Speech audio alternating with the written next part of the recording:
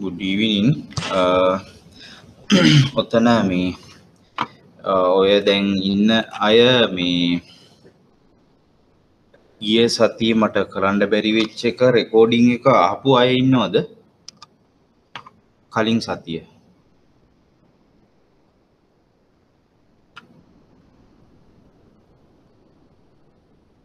මම රෙකෝඩින් එකක් අප්ලෝඩ් කරලා තියෙනවා. මේ දැන් අපිට සැප්තැම්බර් එක්සෑම් එක 2020 තියෙන්නේ. එතකොට ඒකට අපි ප්ලෑන් කරද්දි අපි බොහෝ දුරට දැන් යන තත්ත්වය හැටියට සෙප්ටැම්බර් එක්සෑම් තියන්න පුළුවන්. ගිය මාර්ච් එකක් තියෙනවා. එතකොට සමහරට ඩබල් බැච් එකම මේ සැරේට සිට් කරගන්න පුළුවන් වෙයි. ඒකින්ද දැන් නැද්ද? ඒ රෙකෝඩින් එක පොඩ්ඩක් බලාගන්න. ඒ කියන්නේ ආපහු ගන්න. මොකද මම අර කලින් කරපු සෙෂන් එකත් එක්ක මේ කනෙක්ට් වෙන්නේ නැති කොටසක් තමා කරේ. පොඩ්ඩක් ප්‍රශ්න ටිකක් කරේ ඇත්තට මෙතන. මම ඒක කරලා තිබ්බේ 29 හෝ 30 වගේ දවස්වල ගිය මාසේ අගෝස්තු 2020 අගෝස්තු 29-30 වගේ රෙකෝඩින් එක අප්ලෝඩ් කරලා තියෙන්නේ. එතකොට ගිය වීකෙන්ඩ් එක වෙද්දී ඔයගලන්ට ඒක ඇක්සස් කරන්න පුළුවන් වෙන්න ඕනේ. ඒක පොඩ්ඩක් බලා ගන්න. මොකද දැන් අපි කරපු පාඩම් ටිකට ආපහු ගියොත් දැන් අපි මේ ටික එදා කරේ. ඔයගලන්ට මේ ස්ක්‍රීන් එක පේනව නේද?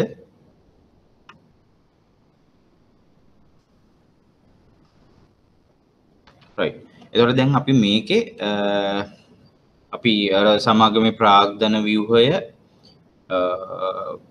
කියන පාඩමෙන් අපි දිගටම පල්ලෙහාට කරගෙන ගිහිල්ලා මම රෙකෝඩින් එක තියෙන්නේ ගොඩාක්ම මේ ප්‍රශ්න ඒකට අපි කරපු ඒවට රිලේටඩ් ප්‍රශ්න ටිකයි අපි අන්තිමට කරපු යුනිට් ට්‍රස්ට් කියන කොටසේ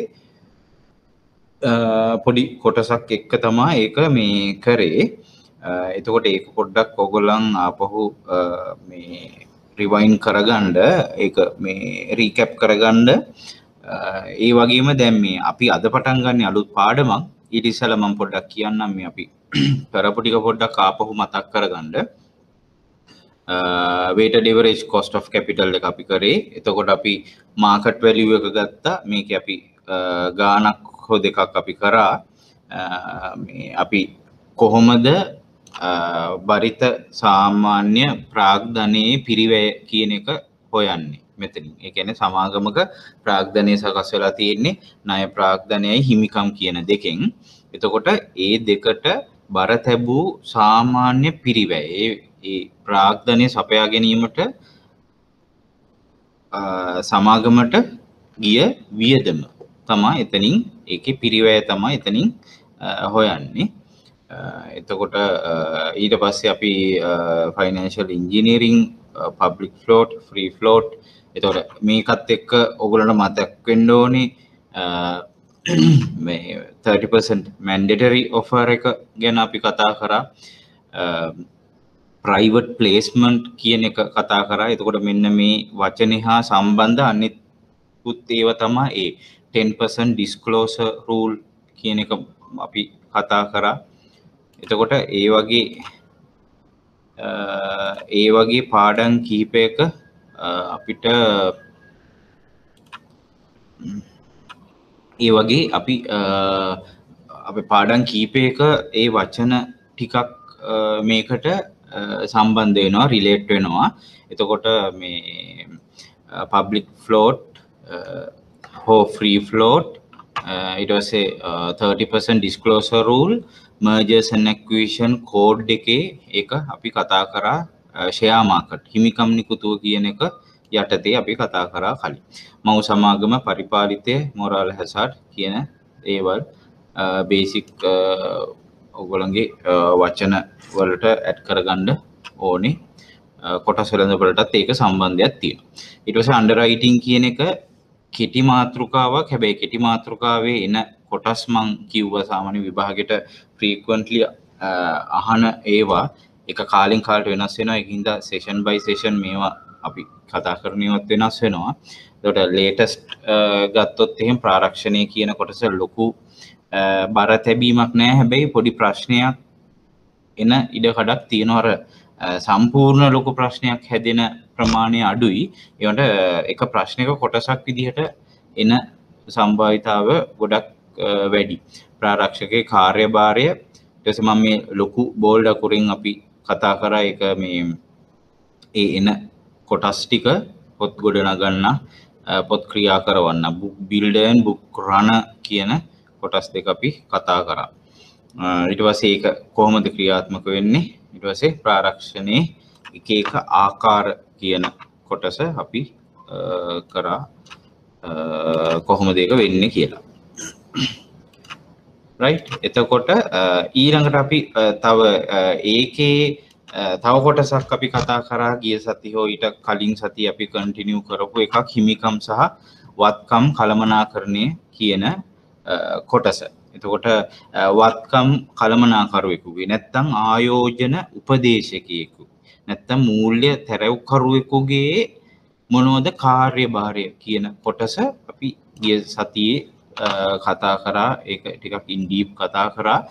මොකද ඒගොල්ලන්ට වත්කම් වලට අයිති වෙනවා හිමිකම් සහ ඒ ණය කියන කොටස් දෙකම. එතකොට මේ සියලුම වත්කම් මේ ගත්තොත් එහෙම කොටස් ආයෝජනයන් තියෙනවා. නැත්නම් ණයකර වගේ ස්ථාවර ආදායම් සුරකුම්පත් වල ආයෝජනයන් තියෙනවා. ඊට අමතරව ස්ථාවර මේ වත්කම් වගේ දේවල් තියෙනවා. ඒ කියන්නේ අපිට කම්පැනි එකක් මේ කම්පැනි එකකට අයිති ෆැක්ටරිස් වෙන්න පුළුවන්, වතු වෙන්න පුළුවන්, නැත්නම් ජුවලරිස් වගේ වෙන අනිත් ඇසෙට් ක්ලාසස්. ඒ කියන්නේ වත්කම් පන්ති වල කරපු ආයෝජනයන් වෙන්න පුළුවන්. ඒකට එන්නේ ඒ ඔක්කොම කළමනාකරණය කිරීමේ ක්‍රමවේදය. එතකොට ඒ කියන පුද්ගලයාගේ තියෙන්න ඕනේ මොනවද කුසලතාවයන් හෝ කාර්යභාරය යුතුයකම. අන්න ඒ ටික තමයි අපි මෙතනින් කතා කරේ. කොහොමද ඒගොල්ලන්ගව දත්ත තියෙන්න ඕනේ, දත්ත විශ්ලේෂණ හැකියාව තියෙන්න ඕනේ, පහුගිය දත්ත තියෙන්න ඕනේ, ඒ දත්ත වලින් පුරෝකථනය කරන්නේ කොහොමද කියන එක දැනගෙන තියෙන්න ඕනේ. අපි ස්ටොක් මාකට් එක සම්බන්ධයෙන් ඒකේ උදාහරණ ගත්තා. ඊට පස්සේ අවදානම් විශ්ලේෂණය විශේෂයෙන්ම ඕනේ. මොනවද ඒ තියෙන රිස්ක් ෆැක්ටර්ස්? මොකද අපි රිස්ක් එකක් ගත්තොත් එතන අපි අපේක්ෂා කරන ප්‍රතිලාභය රිටර්න් එක වැඩි. ඒ වගේම තමයි ඒකේ අවදානමත් ඒ හා සමානවම වැඩි වෙනවා. එතකොට අපි ඒක බැලන්ස් කරන්නේ කොතනද කියන එක අපි ඒක එතන විශේෂයි. ඒත් එක්ක ස්ට්‍රැටජි ක්‍රියේෂන් එක කරන්න ඕනේ. අපි ඒ පුද්ගලයන්ට අනුව අපි ඒ ස්ට්‍රැටජි එක වෙනස් කරන්න ඕනේ. අපි මුලදී කතා කරා එක එක ආයෝජකින්ගේ අරමුණු අවදානම් ගැනීමේ හැකියාවන් ඒ කියන ඒවා වෙනස්. එක එක්කෙනාට වෙනස්. ඒක වයස අනුව වෙන්න පුළුවන්. එයා නිරත වන අනිකුත් ව්‍යාපාර අනුව ඩිපෙන්ඩ් වෙන්න පුළුවන්. දැන් අපි සාමාන්‍ය ව්‍යාපාරයක් ඔන්ටර්ප්‍රනර් කෙනෙක් ව්‍යාපාරයක් කරන පුද්ගලයෙක් සහ සාමාන්‍ය මාසික පඩියකට රක්ෂාවක් මේ රැකියාවක් කරන කෙනෙක් අතර අවදානම් ගැනීමේ අපේක්ෂාවන් වෙනස්. ඒ කියන්නේ එක්ස්පෙක්ටඩ් ඒ රිටර්න් එක ගන්න හැකියාවන් වෙනස්කමක් තියෙනවා අනිවාර්ය වශයෙන්ම. ඒකට මාසික පඩි ගන්න කෙනා ආයෝජන උපදේශකෙක් හම්බෙලා උපදේශනයක් ගත්තොත් එයාට අපි හයි රිස්ක් ඉන්ස්ට්‍රුමන්ට් ඒ අවදානම් වැඩි උපකරණ වලට ඒ තරම් ලොකුවට බර තැබීමක් කරන්න හොඳ නෑ. සාමාන්‍ය රෙකමන්ඩඩ් එක ඒ කියන්නේ එක ඒකයි. ඒ වගේම තමයි ව්‍යාපාරිකයෙක් ගත්තාම එයා ව්‍යාපාරිකයා හැදිලා තියෙන්නේ එයාගේ මයින්ඩ්සෙට් එක එයාගේ මනස හැදිලා තියෙන්නේ අවදානම් ගන්නමයි. එතකොට එයා ඒ යම්කිසි අවදානමක් එයා කොටස් ආයෝජනයෙන් හෝ භාණ්ඩාගාර බැඳුම් කර භාණ්ඩාගාර නෙමෙයි ව්‍යාපාරික බැඳුම් කර ආයෝජනයේදීත් එයා ඒ ගන්න හැකියාව තියෙනවා කියලා උපකල්පනය කරන්න පුළුවන්. එතකොට ඔයගොල්ලෝ උත්තරයක් කම්පෝස් කරනකොට අන්න ඒ දේවල් සැලකිල්ලට අරන් තමයි ඔයගොල්ලන් හරියටම ඒ ස්ට්‍රැටජි එකක් ඔයගොල්ලන් ක්‍රියේට් කරනවා නම් උපදේශයක් දෙනවා නම් දෙන්න ඕනේ. ඊට අමතරව උපරිම වත්කම් පළදාව සහිත වත්කම් හඳුනා ගැනීම. එතකොට අපිට හැම වෙලාවෙම අවදානම පහළම අගයක තියාගන්න බෑ. එතකොට ඒ අතර අපි උපරිම පළදාවක් ලැබෙන වත්කම් හඳුනා ගන්න ඕනේ. එතකොට ඒකේ කොටසක් ආයෝජන කළමනාකරණය. එතකොට එක එක විවිධ වත්කම් පන්තීන් ආයෝජනය කිරීම සහ ඒවා මෙහෙයවීමේ සම්පූර්ණ ක්‍රියාවලිය වෘත්තිමය කළමනාකරණ ක්‍රියාවලිය තමයි ආයෝජන කළමනාකරණයෙන් හඳුන්වන්නේ. ඊට පස්සේ මම කිව්වා ඒකේ ක්‍රම දෙක උපක්‍රමික සැලසුම් දෙකයි නිමං ක්‍රමය සහ කැපකල ක්‍රමය. ඒකේ ඉංග්‍රීසි වචනේ ඕගොල්ලන් හිතට ගන්න ගොඩක්ම මොකද සිංහල වචනේ කොයි විදිහෙන් ඇහුවත් විභාගෙට ඕගොල්ලන්ට දෙනවා ඉංග්‍රීසි වචනේ. ඒක ගැන ගොඩක්ම සැලකිලිමත් වෙන්න. මොකද ඉංග්‍රීසි වචන වෙනස් වෙන්නේ නැහැ. සිංහල එක පොඩ්ඩක් වෙනස් වෙන්න පුළුවන්. ඊට පස්සේ විභාගයට අහපු එක වාරයක් අහපු අපිට වචනයක් මෙතන අපි කිව්වා ප්‍රූඩන්ට් ඉන්වෙස්ටර් රූල් කියන එක, විචක්ෂණශීලී ආයෝජක රීතිය කියන එක. ඊට පස්සේ කොහොමද අරමුදල් කළමනාකරණයේදී අපි භාවිතා කරන උපක්‍රම මොනවද? එතකොට active and passive fund management, අක්‍රිය හෝ සක්‍රිය අරමුදල් කළමනාකරණය. එතකොට ඇක්ටිව් නම් අපි වෙළඳපොලේ සාමාන්‍ය වර්ධනයට වඩා වැඩි වර්ධනයක් අපේක්ෂා කරමින් ආයෝජනයන්හි නිරත වීම. එතකොට ඒකේ ගන්න අවදානම සාමාන්‍යයෙන් වැඩි. එතකොට ඒක තමා සක්‍රිය අරමුදල් කළමනාකරණය කියන්නේ. ඒ වගේම තමා ඉන්ඩෙක්ස් එකම ෆලෝ කරලා වෙළඳපොළ දර්ශකම අපි ෆලෝ කරලා ඒකට සමානුපාතික ඉපයීමක් ගන්න අපි උත්සාහ කරනවා නම් අන්න ඒක පැසිව් ෆන්ඩ් මැනේජ්මන්ට්. ඒ කියන්නේ අක්‍රිය අරමුදල් කළමනාකරණය. එතකොට ඕගොල්ලන්ගෙන් තව පැත්තකින් අහන්න පුළුවන් ස්කූල් ෆන්ඩ් එකක්. නැත්තම් අපි කියමු විශ්වවිද්‍යාලයක අපි කියමු මේ ස්පෝර්ට්ස් ක්ලබ් එකක්. ඒ වගේ එකක අරමුදලක් තියෙනවා. ඒ අරමුදල කළමනාකරණයට මොන වගේ මැනේජ්මන්ට් ෆන්ඩ් මැනේජ්මන්ට් ස්ටයිල් එකක් නැත්තම් අරමුදල් කළමනාකරණ ක්‍රමවේදයක්ද සුදුසු කියලා. එතකොට අහන්නේ මේකද හොඳ මේකද කියන එක. එතකොට ඕගොල්ලන්ට අග්ගාලා ඕගොල්ලන් මෙතනින් ඕගොල්ලන් ඇදලා ගන්න ඕනේ කොයි කොටසින්ද මේක අහන්නේ කියලා. එතකොට ඒ වගේ අරමුදලක් අපිට කළමනාකරණය කිරීමට නම් අපිට පැසිව් ෆන්ඩ් මැනේජ්මන්ට් එකක් තර්කානුකූලව ඉදිරිපත් කරන්න පුළුවන්. ඒකට ඒ අරමුදල අපි කියමු සාමාන්‍යයෙන්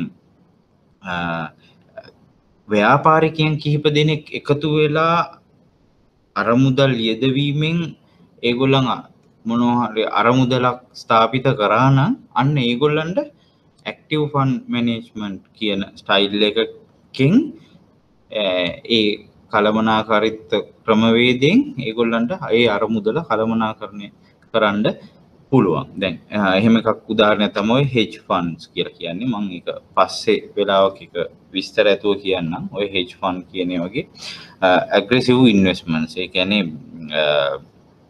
අධික අවදානම් සහිත ආයෝජනයන් කරමින්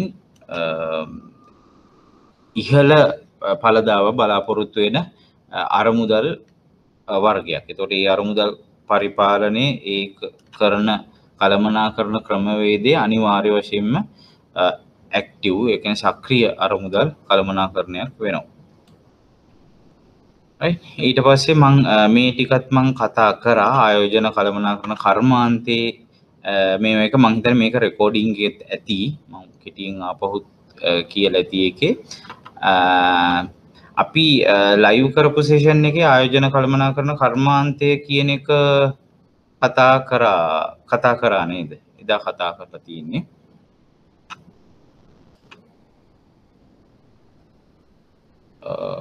අගෝස්තු වලට කලින් අපි ගිය මාසේ අන්තිම සතිය අපි කතා කරලා තියෙනවා. එතකොට කළමනාකරණ කර්මාන්තේ ගත්තොත් අපිට මොනවද ඒකේ තියෙන ආයතනයක අරමුණු මොනවද? එතකොට එන ඔක්කොම ගනුදෙනුකරුවන්ගේ ආයෝජකයන්ගේ වත්කම් කාර්යක්ෂම ලෙස කළමනාකරණය කිරීම තමයි පළවෙනි සහ ප්‍රමුඛතම ඒගොල්ලන්ගේ කාර්ය හෝ අරමුණ වෙන්නේ. එතකොට මේ අරමුදල් වලට උපරිම ආරක්ෂාවක් සමග ප්‍රතිලාභය ලබා දීම. ඊට පස්සේ මොනවද ගැටලු? මේක සම්බන්ධයෙන් නියාමනයන් වැඩි. මොකද නියාමනයන් වැඩි වෙන්නේ අතිවිශාල අරමුදල් පාලනය කරන්නේ අතිවිශාල අරමුදල් කීපයක් එක තැනකින් පාලනය වෙනකොට මම කලින් කිව්ව වැරදීන් වෙන්න පුළුවන් ස්ටොක් මාකට් ඔෆෙන්සස් පාඩම බැලුවොත් ඕගොල්ලන්ට හොඳට මතක තියෙයි මම ඒක දීර්ඝව කතා කරා. ඒකෙදි කිව්වේ මොකද්ද? අර කොටස් වෙළඳපොලේ සම්බන්ධ ආයෝජනයන් වලදී අර අතිවිශාල අරමුදල් කීපයක් පාලනය කරොත් ඒ අතරින් ගොඩාක් වැරදි සිදුවීමේ සම්භාවිතාවයක් තියෙනවා. එතකොට ඒක හින්දම ආයෝජන කළමනාකරණය කියන අංශයට ලෝකෙ හැමතැනම ඒක පොදුයි. ගොඩාක් නියාමනයන් තියෙනවා. හරියටම ගොඩක් රෙගියුලේට් කරලා තියෙන්නේ ඒ කියන අංශය.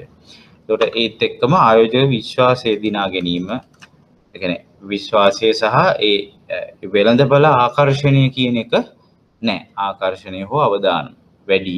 ඒ වගේම වෙළඳපළ ආකර්ෂණය හරි අඩුයි. මාකට් එකේ පෙනෙට්‍රේට් වෙලා නෑ මේ ආයෝජන කළමනාකරණය කියන එක වෙනමම කර්මාන්තයක්, වෙනමම ආයතනයක්, වෙනමම අංශයක් කියන එක ඒක තාම හරියටම එස්ටැබ්ලිෂ් වෙලා නැහැ ලංකාව වගේ රටවල් වල. යුරෝපීය රටවල් වල මේක ගොඩක්ම බහුලව තියෙනවා භාවිතයි. ඒ වගේම තමයි නියාමනයන් කරා වගේ ඒ වගේ වැදගත්කම මොනවද? එතකොට මුදල් වෙළඳපොලේ කාර්යක්ෂමභාවය, ආයෝජන සුරක්ෂිතභාවය, අන්න අර කිව්ව අර කලින් කිව්ව වැරදීන් එක්ක ආයෝජනවල සුරක්ෂිතභාවය අඩු වෙනවා. ඒකෙන් හින්දා නියාමනයන් ගොඩක්ම ක්‍රියාත්මකයි මේ අංශයේ. එතකොට සුරක්ෂිතභාවය පැඳෙනවා.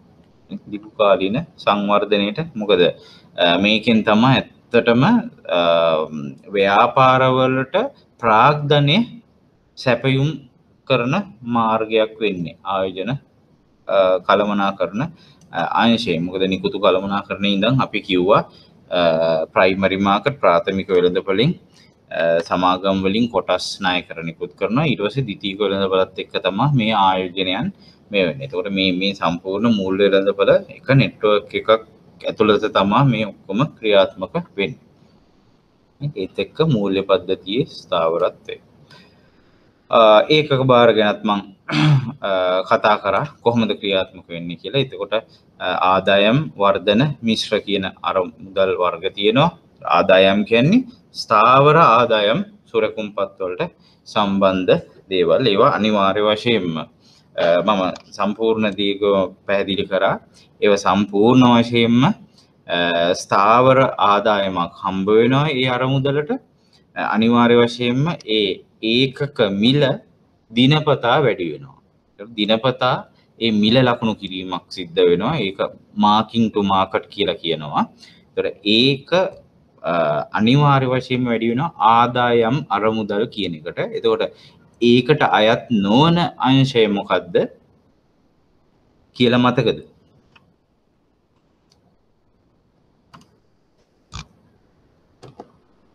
ඔයගොල්ලන්ට මතකද?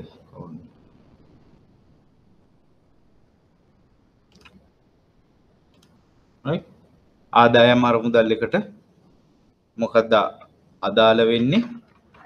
ස්ථාවර ආදායම් සුරකුම්පත්. එතකොට අනිවාර්ය වශයෙන්ම ඒකට අයිති වෙනවා භාණ්ඩාගාර බිල්පත් බැඳුම් කර රාජ්‍ය නොවන සුරකුම්පත්. හැබැයි කොටස් අයිති වෙන්නේ නැහැ ඒ ආදායම් කියන අරමුදලට.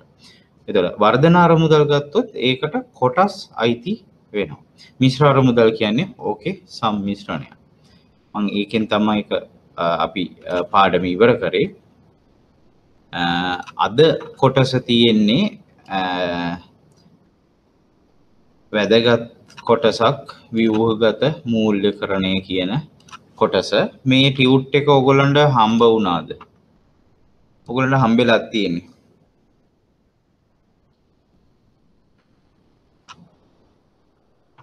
මම හිතනවා හම්බෙලා ඇති කියලා.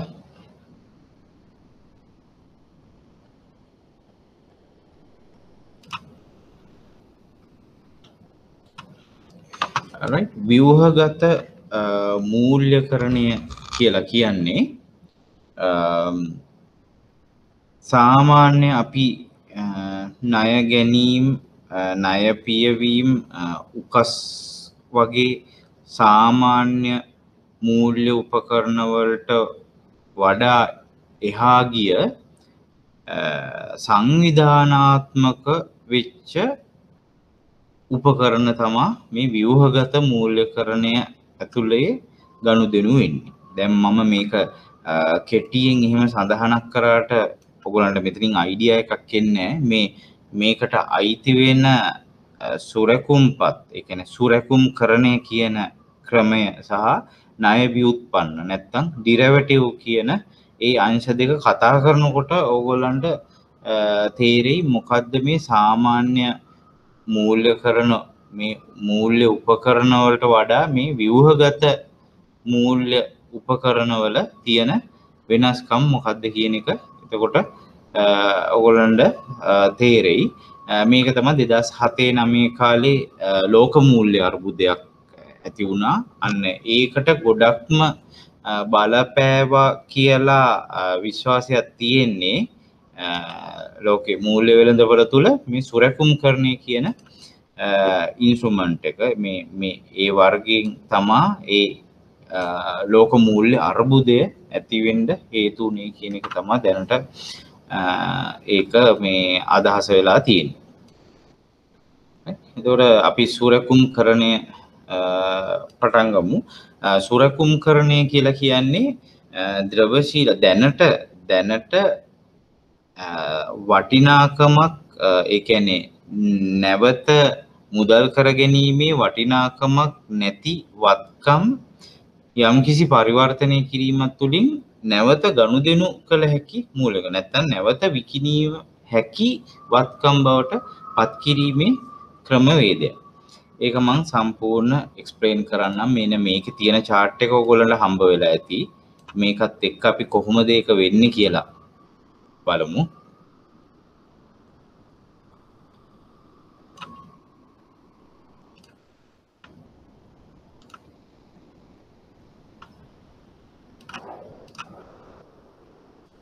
ඔයගොල්ලන්ට බෝඩ් එක පේනව නේද?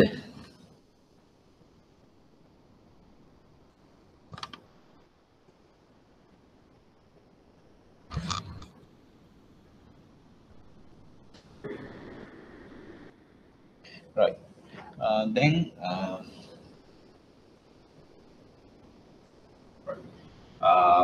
සාමාන්‍යයෙන් අපි උදාහරණයකට ගමු ලීසින් සමාගමක් තියෙනවා.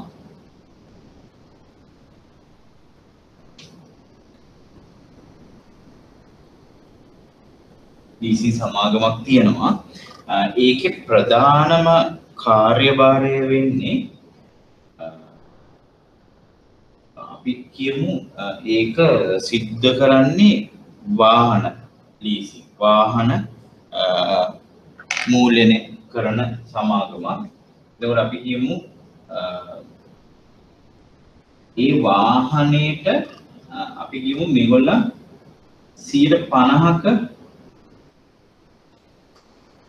ලීසින් ෆැසිලිටි එකක් නැත්නම් ලීසින් ප්‍රතිශතයක් ලබා දෙනවා. ඉතුරු 150 මෙයා ලබා දෙනවා. ඒත් එක්ක වාහනේ අයිති පුද්ගලයා 50ක් ලබා දීලා එයා වාහනේ අරන් යනවා. හැබැයි වාහනේ අපි කියන පොත නැත්නම් රෙජිස්ට්‍රේෂන් එක ඇපසුරකුමක් විදිහට ක්‍රියාත්මක වෙලා ලීසින් සමාගම සතු වෙනවා. ඒ වගේ තව වාහන ගණනාවක් ඒ ක්‍රමවේදයම තුල අපිට මේකේ රෙජිස්ට්‍රේෂන් එක මේගොල්ලන් යටතට තියලා මේ ලීසින් පහසුකම් සැපයීම සිද්ධ කරනවා. හරි. එතකොට දැන් මෙන්න මේ කියන ලීසින් සමාගම සතුව තියෙන මේ CR මේ රෙජිස්ට්‍රේෂන් වාහනේ අයිතිය සඳහන් වෙන ඒ අපසුරකුම මේගොල්ලන්ට මේ අවස්ථාවේදී වටිනාකම ඒකෙන් ගන්නෙ නැහැ. මේ සුරකුම් විදිහට තියාගත්ත මේ ප්‍රමාණය ඒ මොහොත වෙනකොට වටිනාකම නැහැ. වටිනාකම තියෙන්නේ මොකද්ද? අවුරුදු 3ක් හෝ 4ක් පුරා විහිදිච්ච මුදල් ප්‍රවාහයක් තමයි තියෙන්නේ. මේකට ලැබෙන අනාගත මුදල් ප්‍රවාහයක් තමයි මෙන්න මේ කියන කොටසක තියෙන්නේ. මේ එකක් ගත්තොත් අපි උදාහරණයකට මේක ඇපේට තියාගත්ත කියලා සමාගමට තියෙන එකම සිකියුරිටි එක එකම වාසිය එකම එතනින් ලැබෙන වාසිය මේ වාහනයට එරෙහිව සුරකුමක් විදිහට විතරයි. එතනින් එහාට ඒකේ ඒගොල්ලන්ට කිසිම වෙන වටිනාකමක් නැහැ. හැබැයි දැන් මෙන්න මේ අවස්ථාවක ඉන්නකොට ලීසින් සමාගමට ගන්න පුළුවන් සාම්ප්‍රදායික මූල්‍ය ක්‍රම මොනවද? මේගොල්ලන්ට මොනවා හරි ඒගොල්ලන්ගේ තියෙන වත්කම උකස් කරලා අපි කියමු දැන් මේ වාහන 30ක් කියලා මෙතන වාහන 30ක් දීලා ඒගොල්ලන්ට තව ඒ ව්‍යාපාරේ ඉදිරියට ගෙනියන්න ඕනේ. හැබැයි මේ කස්ටමර්ස්ලා ඉන්නවා. හැබැයි අර මුදල් නැහැ.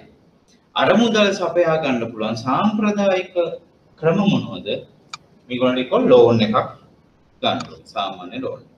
මෝගේජ් ලෝන් එක. මොකක් හරි මේගොල්ලන්ගේ උකස් කරයක් ඇතුව ලෝන් එකක් ගන්න ඕනේ. නැත්නම් ඒගොල්ලන්ගේ මොකක් හරි පර්සනල් ගැරන්ටි එකක් මත ඇරෙන්න වෙන කිසිම විදිහකින් මේ මූල්‍ය පහසුකමක් ලබා ගන්න බෑ. හැබැයි ඒගොල්ලන්ට දැන් මේක එක්ස්පෑන්ඩ් කරන්න මේක තව ලීසින් පෝර්ට්ෆෝලියෝ එක ලොකු කරන්න ඒගොල්ලන්ට අවශ්‍යතාවය තියෙනවා. ඉන්නේ ඒ වගේ තැනකදී ආයෝජන බැංකුවක් සම්බන්ධ වෙනවා. ඒගොල්ලන් දෙන අදහස මොකද්ද? අපි ගාව තියෙනවා සිකියුරිටයිසේෂන් එක. සිකියුරිටයිසේෂන් එකක් කරලා ඕගොල්ලන්ට ඒ අදාළ මූල්‍යණය කරන්න පුළුවන්. ඒකට සහතික විදිහට සමාගමට තියන්න ඕනේ මොකද්ද? වත්කමක් තියන්න අවශ්‍ය නැහැ. සිකියුරිටයිසේෂන් එකේදී මෙන්න මේගොල්ලන්ට උකස් කරයක් නැත්තම් සිකියුරිටි එකක් විදිහට ඒගොල්ලන් ළඟ තබාගත්ත අපසුරකුම් ටික පාවිච්චි කරලා අර කියන මූල්‍ය අවශ්‍යතාවයට ඒ පහසුකම ලබා දෙන්න හැකියාව තියෙනවා මේ සිකියුරිටයිසේෂන් කියන මාර්ගය හරහා. මේක තනිවම හෝ මේ කලෙක්ෂන් එක විදිහට ගත්තොත් මම කිව්වා ඒ අවස්ථාවේදී මේකේ වටිනාකමක් නැහැ. මොකද ඒ ඇපයක් විදිහට එයා තියාගත්තේ ඒකින් ආපහු මූල්‍යණය කිරීමක් මුදල් ඉපයීමක් ආය සිද්ධ කරන්න බෑ. එතකොට ආයෝජන බැංකුව කියන්නේ සිකියුරිටයිසේෂන් යන මාර්ගයෙන් ඒක පුළුවන්. එතකොට මොකද කරන්නේ? ස්පෙෂල් පර්පස් වෙහිකල් කියලා වෙනමම ස්වාධීන account එකක් ගිණුමක් මෙතන අපි ක්‍රියේට් කරලා ඒකට මේ කියන ඔක්කොම ඒවා ට්‍රාන්ස්ෆර් කරනවා. මේ ඔක්කොම තියෙන මෝගේජස් ටික මේකට ට්‍රාන්ස්ෆර් කරනවා. මේක වාහන වෙන්න පුළුවන් නැත්නම් ඉඩම් ගෙවල් ඒ වගේ ඕනෑම ලැබිය යුතු වාරික සහිත මොනයම් හෝ වත්කමක අයිතීන් දැක්වෙන මොනවා හරි ඒ තියෙන ලියවි. ඒ ටික ඔක්කොම මෙයා ට්‍රාන්ස්ෆර් කරනවා. ට්‍රාන්ස්ෆර් කරාට පස්සේ මෙයා අතේ තියෙනවා දැන් මේ කියන පෝර්ට්ෆෝලියෝ එක මේ කියන කලඹේ තියෙන විශේෂම ලක්ෂණය මොකද්ද? මේකේ තියෙන විශේෂම ලක්ෂණය මම කිව්වා අනාගත මුදල් ප්‍රවාහයන් තියෙනවා මේකේ. මේකේ කලඹම ගත්තොත් උදාහරණයක් විදිහට අද 2020 අගෝස්තු මාසෙ 9 එතකොට අද මේ මාසේ අන්තිම අගෝස්තු මාසේ 30 වෙනිදාට මේ කියන ගිණුම් වල මේ කියන CR වල මේ කියන උකස්කරයන් වල සෙටල්මන්ට්ස් මේ අදාළ DC සමාගමට ලැබිය යුතු කොටසක් තියෙනවා. අපි කියමු ඒ ටික ඒ ඔක්කොම එකතු කරවපුවම ලක්ෂ 4යි. පළවෙනි මාසේ අග අගෝස්තු අග ඊළඟට එනවා සැප්තැම්බර් අග. සැප්තැම්බර් අග එනවා 4,55,000. මම මේ නිකන් උදාහරණයකට මේ ගණන් දාන්නේ. ඔක්තෝබර් ඕගස්ට් සැප්තැම්බර් ඔක්තෝබර්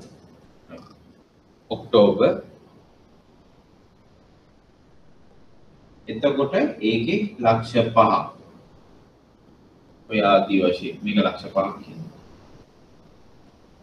ඔය ආදී වශයෙන් එනවා. අපි උදාහරණයකට ගමු මේ ඔක්කොම ලීසස් මේ ඔක්කොම ෆැසිලිටි එක මේ පහසුකම ලබා දෙන්නේ අවුරුදු 3ක් කියලා. අවුරුදු 3 පහසුකම් නම් උපරිම වාරික ගාණ වෙන්නේ 36. හරි. ඔය විදිහට මේකේ ලැබිය යුතු අනාගතේ ලැබිය යුතු වාරික බැලුවොත් උපරිම විදිහට 36 වෙනි වාරිකය මේ අපි කියමු 2000 එතකොට 23 වගේ යම් දවසක 36 වෙනි වාරිකය මේක 1 2 3 ඒ ආදි වශයෙන් 36 වෙනි වාරිකයේ 1,50,000ක් වගේ මොන ගානකට ඕක තමයි මුදල් ප්‍රවාහය මේ කියන සුරැකුම්පත් වල. හරි. එතකොට ආයෝජන බැංකුව කරන්නේ මේවා වෙන් වශයෙන් ගන්න නැතුව අපි කියමු මෙතන උකස්කරයන් 30ක් තියෙනවා ඔක්කොම බන්ඩල් එක. ඒ බන්ඩල් එක එක සුරකුමක් විදිහට පත් කරනවා. එක සුරකුමක් බවට පත් කරනවා. එතකොට ඒක ශ්‍රේණිගත කිරීමක් කරනවා වෙනම. අපි කිව්වා බැඳුම් කර ණය කර සමාගම් ශ්‍රේණිගත කිරීමක් කරනවා. ඒ වගේම සිකියුරිටයිසේෂන් එකකුත් ශ්‍රේණිගත කිරීමක් සිද්ධ කරන්න පුළුවන්. එතකොට මේකේ ශ්‍රේණිගත කිරීමක් කරාම මේක වෙනමම සුරකුමක් විදිහට මේක පවතිනවා. එතකොට මේ කියන සුරකුමේ මෙන්න මේ ලක්ෂණ ටික තියෙනවා. මොකද අනාගතයේ ලැබිය යුතු මුදල් ප්‍රවාහය.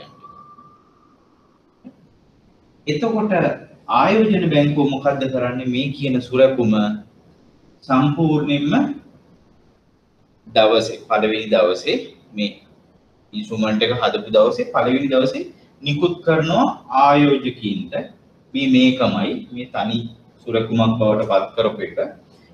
තනි සුරකුම ආයෝජකයින්ට නිකුත් කරනවා කල්ලිකුත් වීම 36ක් පුරා යනවා 36ක් දක්වා මුදල් ප්‍රවාහයක් තියෙන විදිහට. මේක නිකුත් කරනවා ආයෝජකයින්ට. මේ කියන මේ මුදල් මේකට ලැබෙන එකට සමානුපාතික වටිනාකම් වලින් තමයි මේක නිකුත් කරන්නේ. එතකොට පළවෙනි දවස මොකද්ද වෙන්නේ? පළවෙනි දවසේ ස්පෙෂල් මම මේ SPV විශේෂ අරමුණු යාන්ත්‍රණය කියන එකේ ටෙක්නිකල් ඩිෆිනිෂන් එක මම ඊට පස්සේ දෙන්නම්. මේ කියන යාන්ත්‍රණයේ ඇතුලේ තියෙන මේ අදාළ සුරකුම ස්පෙෂල් පර්පස් වෙහිකල් එකකින් ආයෝජකීන්ට නිකුත් කිරීම. ආයෝජකීන්ට නිකුත් කිරීම තමයි පළවෙනි දවසේ සිද්ධ වෙන්නේ. මුදල් ප්‍රවාහය ගමන් කරන්නේ කොහටද එතකොට? ඉන්වෙස්ටර් 1 2 3 4 5 6 7 ඔය විදිහට ඒ ආයෝජකින් ගන්නවා. ඒගොල්ලන් ආයෝජනය කරා. එතකොට මේගොල්ලන් අපි කියමු මේකේ සම්පූර්ණ ලැබිය යුතු වටිනාකම් සියල්ලම රුපියල් බිලියන් එකයි. රුපියල් බිලියනයයි. රුපියල් බිලියනයක වටිනාකම් මේකට ලැබිය යුතු වටිනාකම් වල එකතුව බිලියනයක් වෙනවා. එතකොට පළවෙනි දවසේ මේක සුරකුමක් බවට පත් කරලා අපි ඒකේ වටිනාකම නියම කරනවා 0.8යි බිලියන. ඒ කියන්නේ මිලියන 800යි. මේක මිලියන 1000යි. මේක මිලියන 800යි. මිලියන 200ක් තියෙනවා. ඒක මේ ස්පෙෂල් පර්පස් වෙහිකල් එකේ සුරකුමක් විදිහට ඒක තියෙනවා. ඒක මම ටිකකින් පැහැදිලි කරන්නම්. පැහැදිලි වෙයි මේක ප්‍රොසෙස් එක යනකොට. පළවෙනි දවසේ මොකද වෙන්නේ? 0.8ක් වටිනා මුළු සුරකුම මේ විදිහට බෙදලා ආයෝජකීන්ට නිකුත් කරනවා. ඒක බොහෝ දුරට මෙන්න මේවට සමානුපාතික වෙනවා. හරි. මේක ඇවිල්ලා 36 වෙනකන් මේක කඩලා මේකේ නිකුත් කිරීම සිද්ධ කරනවා. ඒක පළවෙනි දවසේ ස්පෙෂල් පර්පස් වෙහිකල් එකකින් ඒ ආයෝජනේ ඒ අදාළ ට්‍රාන්චස් කියලා කියන්නේ කොටස් වලට බෙදලා නිකුත් කිරීම සිද්ධ කරනවා. එතකොට ඒක නිකුත් කිරීමත් සමග ආපහු මේ ස්පෙෂල් පර්පස් වෙහිකල් එකට එනවා ඒ අරමුදල නැවතත්. ඇයි මේ සමාන ගණන් වලට බෙදලා තමයි මේක නිකුත් කිරීම සිද්ධ කරේ. ඒතොර ඒ අරමුදල ආපහු මෙතෙන්ට එනවා. මම මේ පාට දෙකකින් මේක ඇන්දොත් පැහැදිලි. හැබැයි ඔයගොල්ලන්ට පේනවද දන්නේ නැවත ඒගොල්ලන්ට එනවා. දැන් මේගොල්ලන්ට තියෙන අවශ්‍යතාවය මොකද්ද? මේ අපිට සාමාන්‍ය ව්‍යවහාරයේ උකස්කරයක් විදිහට අපිට පාවිච්චියට ප්‍රයෝජනයට ගන්න බැරි යම් කිසි වටිනාකමක් තියලා අරමුදල් සපයාගෙන. දැන් මෙතනින් නිකුත් කරපු 0.8 බිලියන් වෙන මේ ඉන්ස්ට්‍රුමන්ට්ස් වල අදාළ ප්‍රොසීඩ්ස් මෙතෙන්ට ඇවිල්ලා තියෙනවා. ඒක මේ සමාගමට සපයනවා. දැන් මෙතන ප්‍රශ්නේ හරි. මේ ඉන්ස්ට්‍රුමන්ට්ස් ටික ස්පෙෂල් පර්පස් වෙහිකල් එකට ට්‍රාන්ස්ෆර් කරා. ඒක ට්‍රූ සේල් කියලා කියන්නේ මම එක වෙනම ඩිෆිනිෂන් එක ඩිෆයින් කරන්න. මේකට ට්‍රාන්ස්ෆර් කරා. මේකේ මම කිව්වා වටිනාකම් තියෙන්නේ මොනවද කියලා. මොන වටිනාකම්ද කියලා. මෙන්න මේ විදිහට තමයි වටිනාකම් තියෙන්නේ ලැබිය යුතු වටිනාකම් ප්‍රමාණය. එතකොට ඒකෙන් අපි 0.8ක් ප්‍රමාණයට වටිනා සුරකුමක් මෙතන අපි ක්‍රියේට් කරා. අපි එතන හැදුවා. ඊට පස්සේ ඒක අපි මේ කියන වටිනාකම් වලට ඒක අපි නිකුත් කරා ස්පෙෂල් පර්පස් වෙහිකල් එකේ ආයෝජකයන්ට, පිටත ආයෝජකයන්ට. ඒකට EPF අයින ඉන්ඩිවිජුවල් ඉන්වෙස්ටර්ස්ලා ඉන්නවා යුනිට් ට්‍රස්ට් කියන ආයෝජක ඉන්නවා සමාගම් ඉන්නවා බැංකු ඒ වගේ ආයෝජකින්ට නිකුත් කරපුවාම ඒගොල්ලන් මේ කොටස ගන්නවා කෙටි කාලීන ආයෝජන බලන අය ආයෝජනය සඳහා බලන අය 1 month 2 month 3 months 4 months bill එක purchase කරනවා long term බලන අය 12 months 24 months 36 months එක ගන්නවා. ඒ කියන්නේ 2 year 3 year mature වෙන. එතකොට ඒවා වටිනාකම් වෙන්නේ මෙන්න මේකට සමානුපාතිකව. මේ ගානම නෙමෙයි මේකට සමානුපාතික ගානක්. ඒකට කිට්ටු ගානක් තමයි වෙන්නේ. ඊට මේකට ඉන්ට්‍රස්ට් එකකුත් ඇඩ් වෙනවා. පළවෙනි මන්ත් එකට ඔයගොල්ලෝ දන්න ෂෝට් ටර්ම් බිල් එකකට එන පොලි අනුපාතය අඩුයි. දැන් අද තියෙන රේට්ස් වලට නෙමෙයි සාමාන්‍යයෙන් ගත්තොත් මේක 8යි කියලා. මේක 8.2යි. 8.5යි. ඊට පස්සේ 36ක වගේ නම් 10.5 වගේ. අන්න ඒ වගේ රේට් එකකට නිකුත් කිරීම සිද්ධ කරන්නේ මේ day 1 එකේදී. ඊට පස්සේ ආය මේකේ යම්කිසි සැලකිය යුතු දෙයක් සිද්ධ වෙන්නේ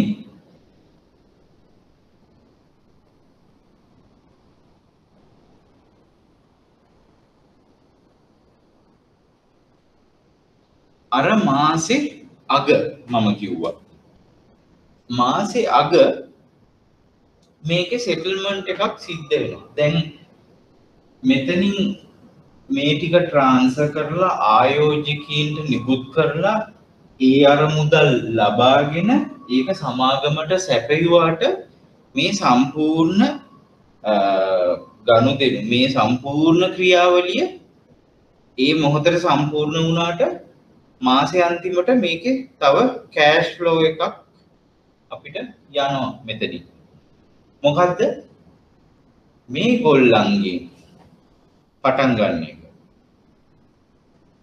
මේ ගොල්ලන්ගෙන් එනවා මේ අර මුදල් ආපු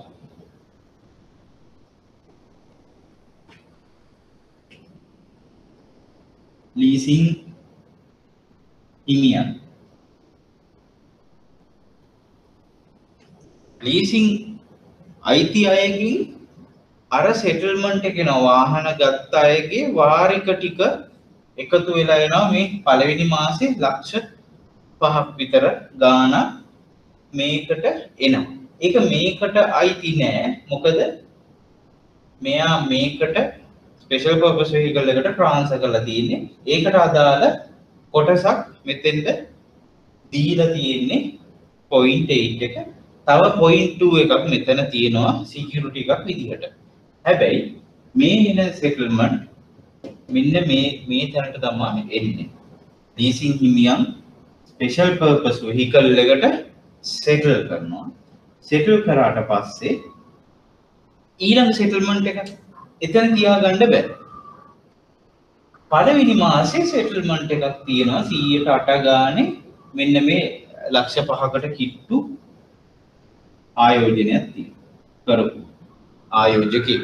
එතකොට ලක්ෂ 5ට කරපු ආයෝජනයේට 108 ගානේ මාසෙකට එක මාසෙකට නැත්තම් 12න් එකකට එයා සෙටල් කරනකොට ස්පෙෂල් පර්පස් වෙහිකල් එකකින් කාටද ආයෝජකයාට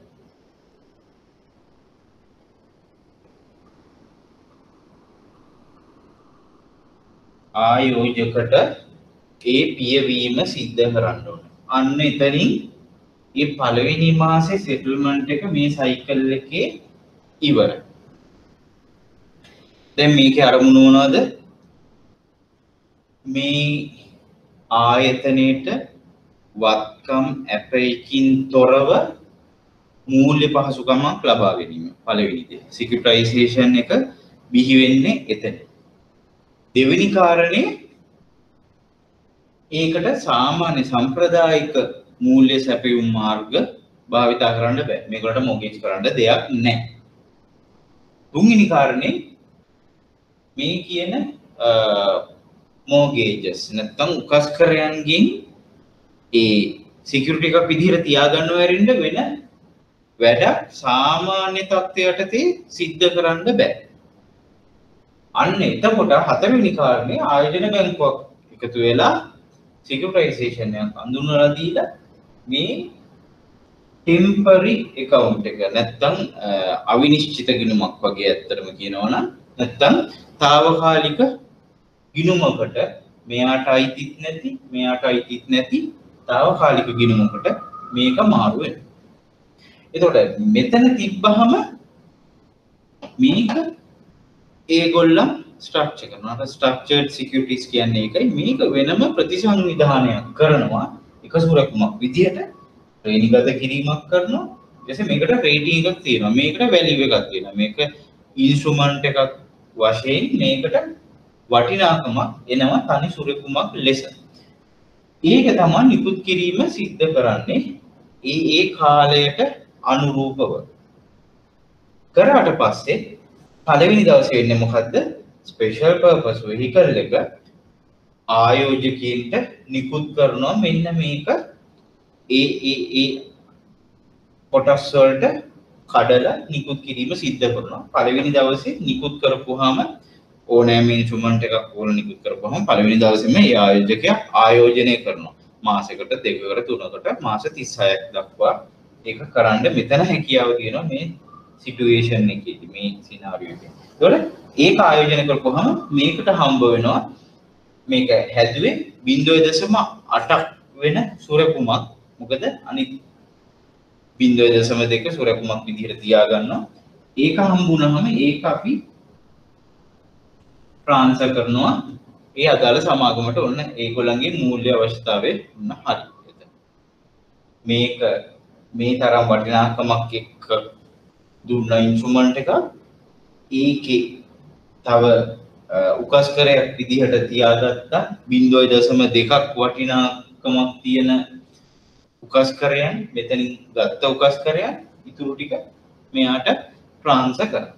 එතකොට ඒක කරාපුවම ඒ පළවෙනි දවසේ නැත්නම් ට්‍රාන්සැක්ෂන් එකේ ෆස්ට් රවුන්ඩ් එකේ ඉවරයි. ඊට පස්සේ මන්ත් එන්ඩ් එක එනකොට තමයි ආපහු මේ පද්ධතියට නැවත මුදල් ඉන්ජෙක්ට් කරන්නේ. මේ පද්ධතියට මුදල් සැපයීමක් සිද්ධ වෙන්න ඕනේ එළියෙන්. නැත්නම් මේ සයිකල් එක වැඩ වෙන්නේ. අන්න එතකොට තමයි මේගොල්ලන්ගේ සෙටල්මන්ට්ස් ටික එන්නේ. මේගොල්ලන් 30 දෙනා දැන් අපි 30ක් උදාහරණයක් ගත්තාම 30 දෙනාගෙම ඔක්කොම සෙටල්මන්ට් එකතු වුණාම අපි කිව්වට ගන්න දල වශයෙන් ලක්ෂ 5ක් විතර ගන්න. අන්න ඒකේනවා. ඒකෙන් මෙන්න මේක පියවනවා මේ ලක්ෂ 5ක් හෝ ඊට වඩා ටිකක් අඩු ඉන්ස්ට්‍රුමන්ට් එකක් මේක. ඒකට ඒකට මේ අදාළ ඉන්ට්‍රස්ට් එක මාසිකව කැල්කියුලේට් කරලා ඒක ගෙවීම සිද්ධ කරනවා ආයෝජකයාට. ඔය විදිහට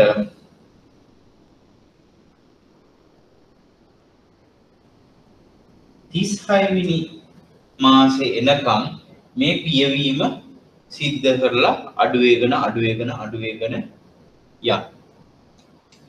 එතකොට මේකෙන් මෙයා charge කරනවා අපි සාමාන්‍ය දර වශයෙන් මේ සම්පූර්ණ වටිනාකමින් 1% මේකට තව trustee කෙනෙක් සම්බන්ධ වෙනවා බැංකුවක්. ඔන්න ඒ විදිහට තමයි සම්පූර්ණ එක ක්‍රියාත්මක වෙන්නේ. මේක කෙටි කරලා මම දාලා තියෙනවා ඩයග්‍රෑම් එක. ඒක මම පෙන්නන්නම්.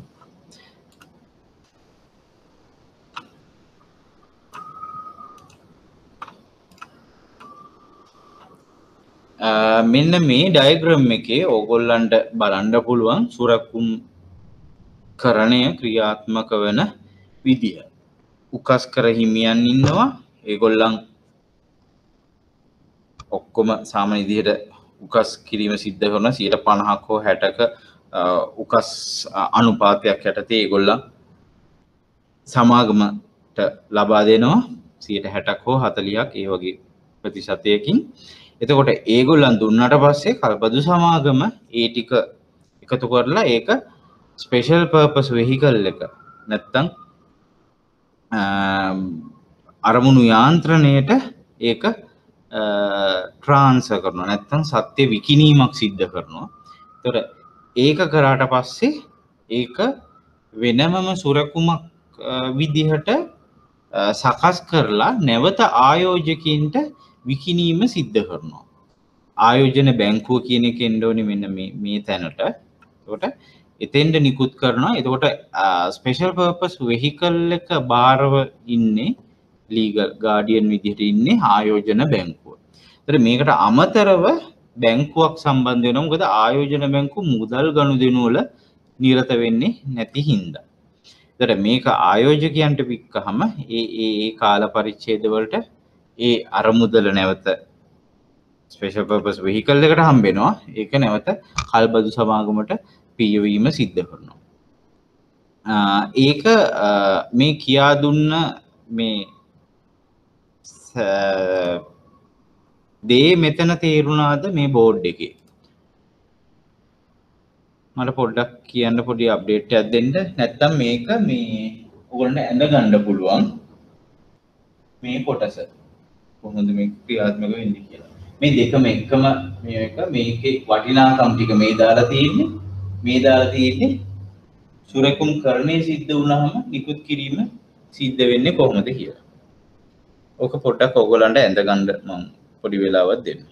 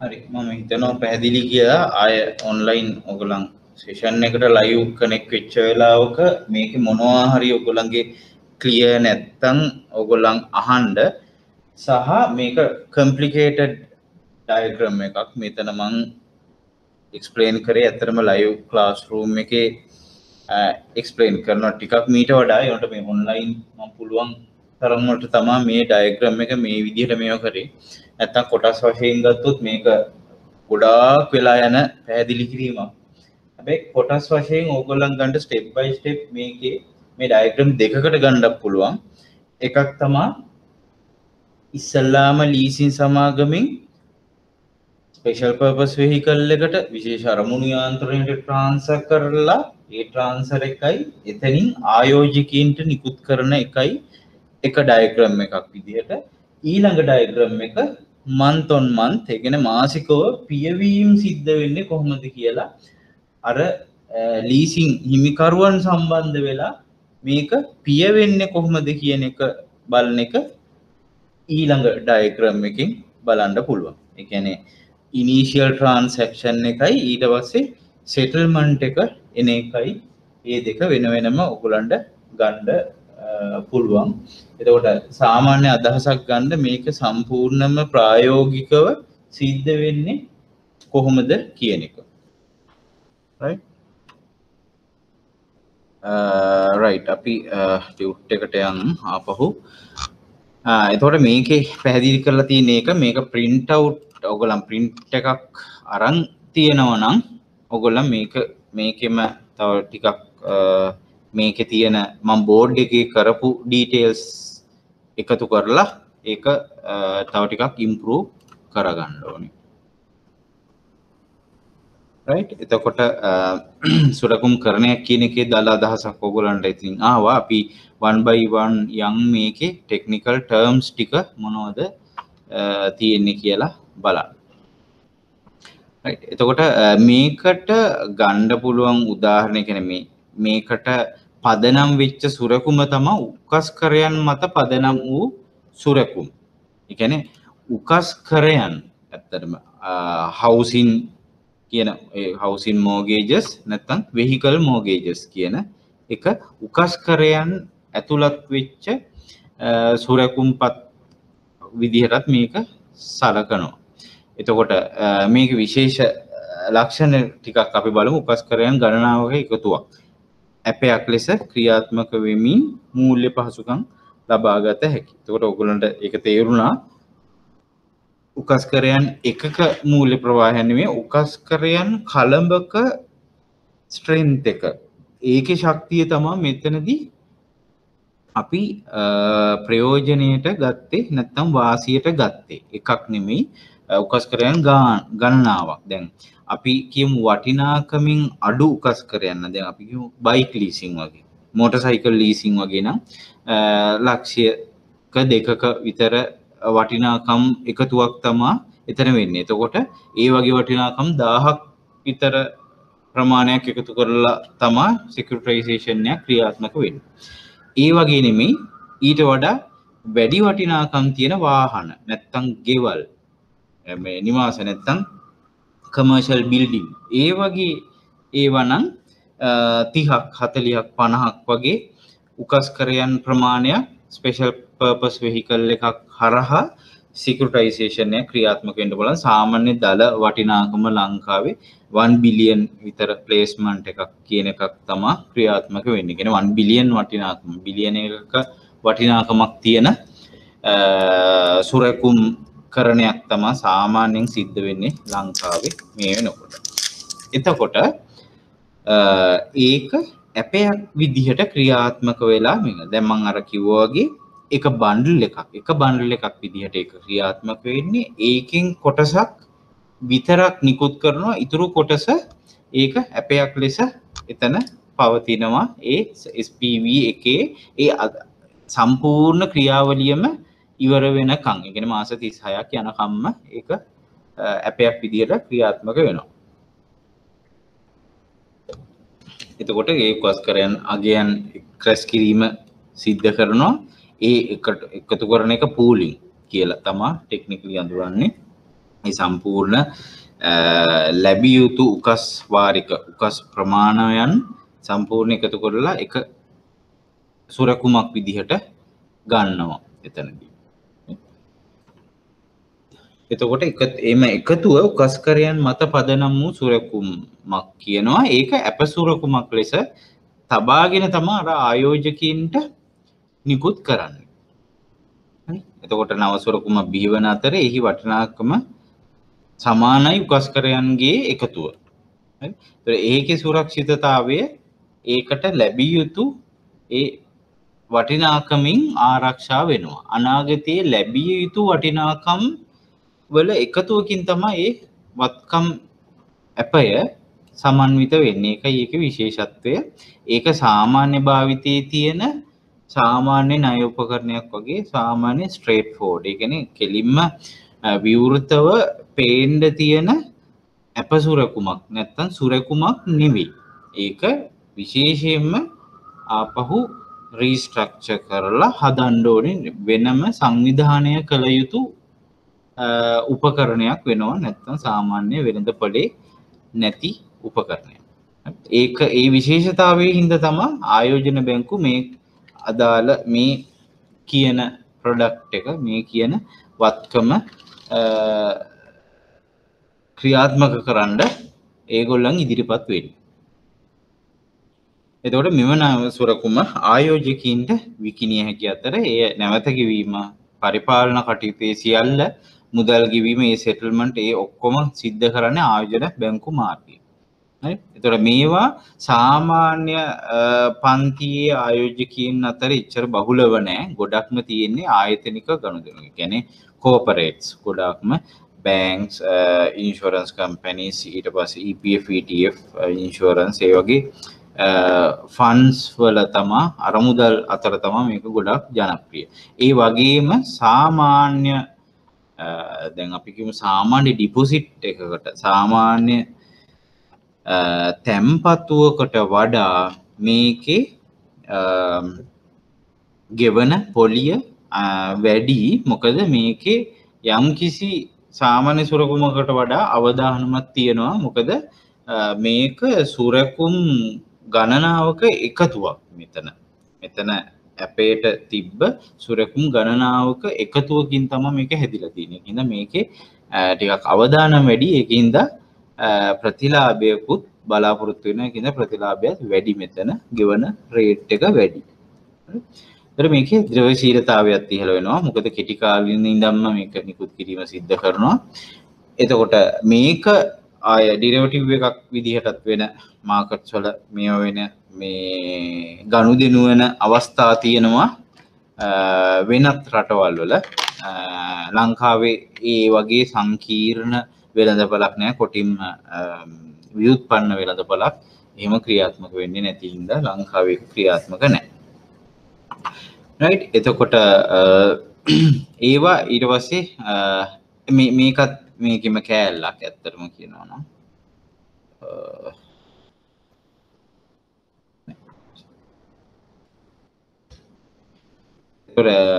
මේ එකට කැටි කරගත්ත සුරකුම අදාළ ගෙවීම් කාලයට අනුරූපව කුඩා එකක වලට බෙදෙන එක ට්‍රාන්චස් කියලා හඳුන්වනවා. ඒක මම මෙතන පැහැදිලි කරා.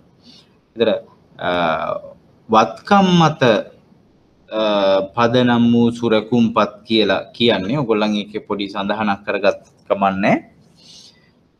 ලැබිය යුතු යම් වටිනාකම් සහිත සුරකුම්පත් තමයි වත්කම් මත පදනම් වූ සුරකුම්පත් කියන්නේ.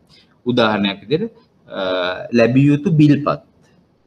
ලැබිය යුතු බිල්පත් මේකට අදාළ වෙනවා. නැත්තම් ලැබිය යුතු ණය වාරික කියන්නේ ක්‍රෙඩිට් කාඩ් ණයපත් වාරික ලැබිය යුතු ණයපත් වාරික. අන්න ඒ දෙක වත්කම් මත පදනම් වූ සුරකුම්පත් වලට උදාහරණ විදිහට ගන්න පුළුවන්. ලැබිය යුතු ණය වාරික අයපත් වාරික ලැබිය යුතු අයවිය යුතු වාරික ඒත් එක්ක ලැබිය යුතු බිල්පත් අපි කියමු විදුලි බිල්පත් ජල බිල්පත් වගේ ලැබිය යුතු බිල්පත් ඒවත් මේකට ගන්න පුළුවන්. අනාගතේ අපිට ඒකේ මේ ඉදිරියේ ලැබෙන්න පුළුවන් වාරික මේ අය කිරීම අපිට හිතා ගන්න පුළුවන්. දැන් ඉලෙක්ට්‍රිසිටි බෝඩ් එකේ ගත්තොත් විදුලි මණ්ඩලයේ ගත්තොත් ඒකට අනාගතයේ ලැබෙන බිල්පත් වාරික ඒගොල්ලන්ට පුරෝහතනයක් සිද්ධ කරන්න පුළුවන්. අර ඒක උඩ සුරකුම්කරණයක් සිද්ධ කරන්න පුළුවන්. ඒ වගේ ඒව තමයි වත්කම් මත පදනම් වූ සුරකුම්පත් කියන එකට අයිති වෙන්නේ. උකස්කරයන් කියලා කියන්නේ උකස්කරයන් වාහන හෝ ඉඩකඩම් දේපල උකස්කරයන් මත පදනම් වූ වත්කම් සහිත සුරකුම්පත් තමයි උකස්කරයන් මත පදනම් වූ සුරකුම්පත් කියලා කියන එකෙන් ඒවට අයිති වෙන්නේ උකස්කරයන් පමණයි. වත්කම් මත පදනම් වූ කියලා කියන්නේ වත්කම් කියන්නේ ස්ථාවර වත්කම් නෙමෙයි ලැබිය යුතු වටිනාකම් මේ ලැබිය යුතු වටිනාකම් ලැබිය යුතු බිල්පත් වෙන්න පුළුවන් ලැබිය යුතු ණය වාරිකපත් වෙන්න පුළුවන් right එතකොට මේ විශේෂ අරමුණු යාන්ත්‍රණය කියන එකත් මෙතන සඳහන් මේ අපේ ඩිෆිනිෂන් එකක් තියෙනවා එතකොට නිකුතුකරු නමින් තියෙන මේ කියන ගිණුමට මාරු කරනවා මෙහි අරමුණ වෙන්නේ මූල්‍ය සම්පාදක ආයතනයෙන් වෙන් කර දැක්වීමයි. හරි. ඒතර මේක ටිකක් සංකීර්ණ ක්‍රියාවලියක් වෙනවා. ඒකෙහිඳ අදාළ මූල්‍ය සමාගමිනුත් අදාළ ආයෝජන බැංකුවෙනුත් වෙන් කර දැක්වීමට තමා ඉන්ඩිපෙන්ඩන්ට් ස්වාධීන කිරීමට තමා මේක SPV ස්පෙෂල් පර්පස් වෙහිකල් කියලා තනි ස්වාධීන ගිණුමකට මාරු කරන්නේ මේ තියෙන වටිනාකම් සියල්ල. එතකොට කිසිම කෙනෙකුගේ අනුදැනුමක් නැතුව ඒක ඒ වටිනාකම් කාටවත් ලබා ගන්න බෑ. මේක තියෙන්නේ ස්වාධීන එක ගිණුමක తాවකාලික ගිණුමක්. මොකද ඒ අදාළ ක්‍රියාවලිය සම්පූර්ණයෙන්ම ඉවර වුණාම මේක ඩිසෝල්ව් වෙනවා. මේක සම්පූර්ණ වටිනාකම් ටික ගත්තාම ඒ account එක close වෙනවා automatically. එතකොට මොනවද ශ්‍රේණිගත කිරීමේදී බලපාන කරුණු? ඒක ටිකක් විශේෂ දෙයක්. දැන් මේක විශේෂිත වූ උපකරණයක් වෙනවා. මේ විශේෂිත උපකරණේ මොනවද තියෙන ශ්‍රේණිගත කිරීමේදී අපි සැලකිය යුතු කරුණු මොනවද?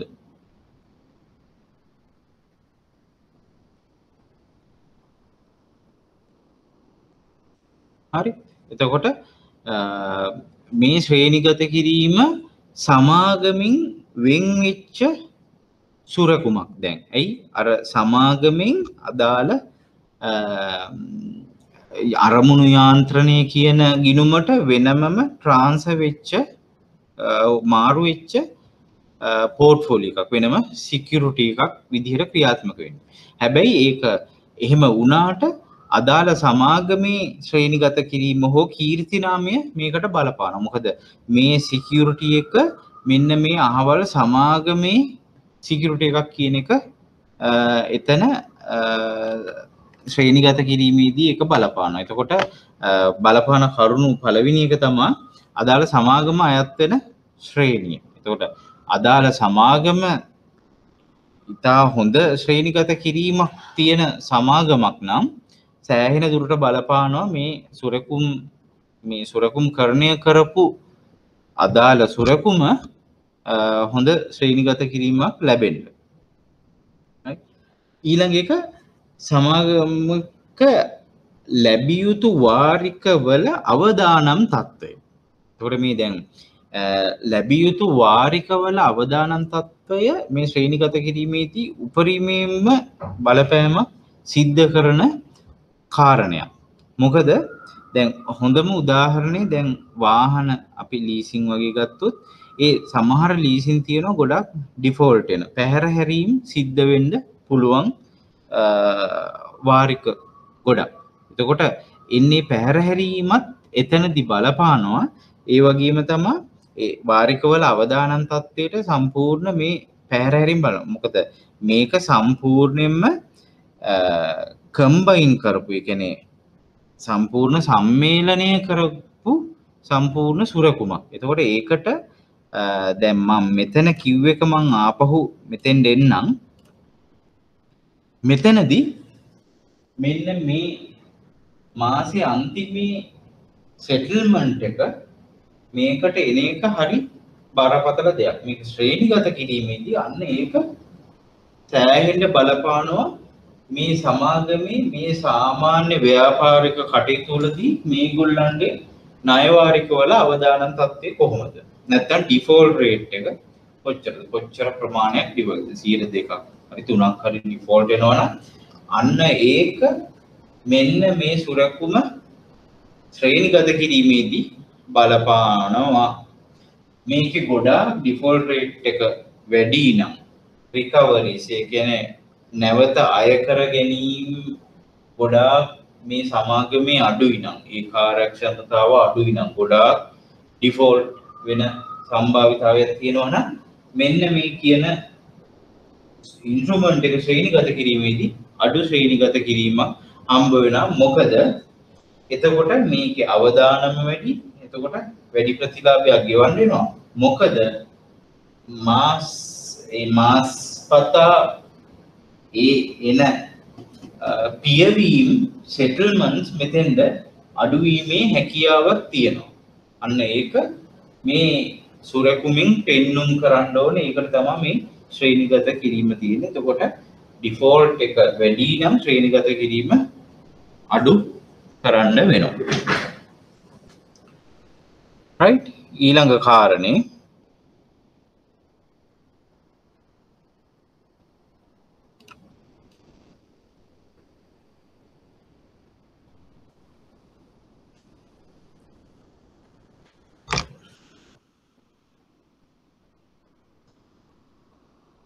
සමාගමේ වෙළඳපොළ හා ගනුදෙනුකරුවන්ගේ ස්වභාවය. මේගොල්ලන්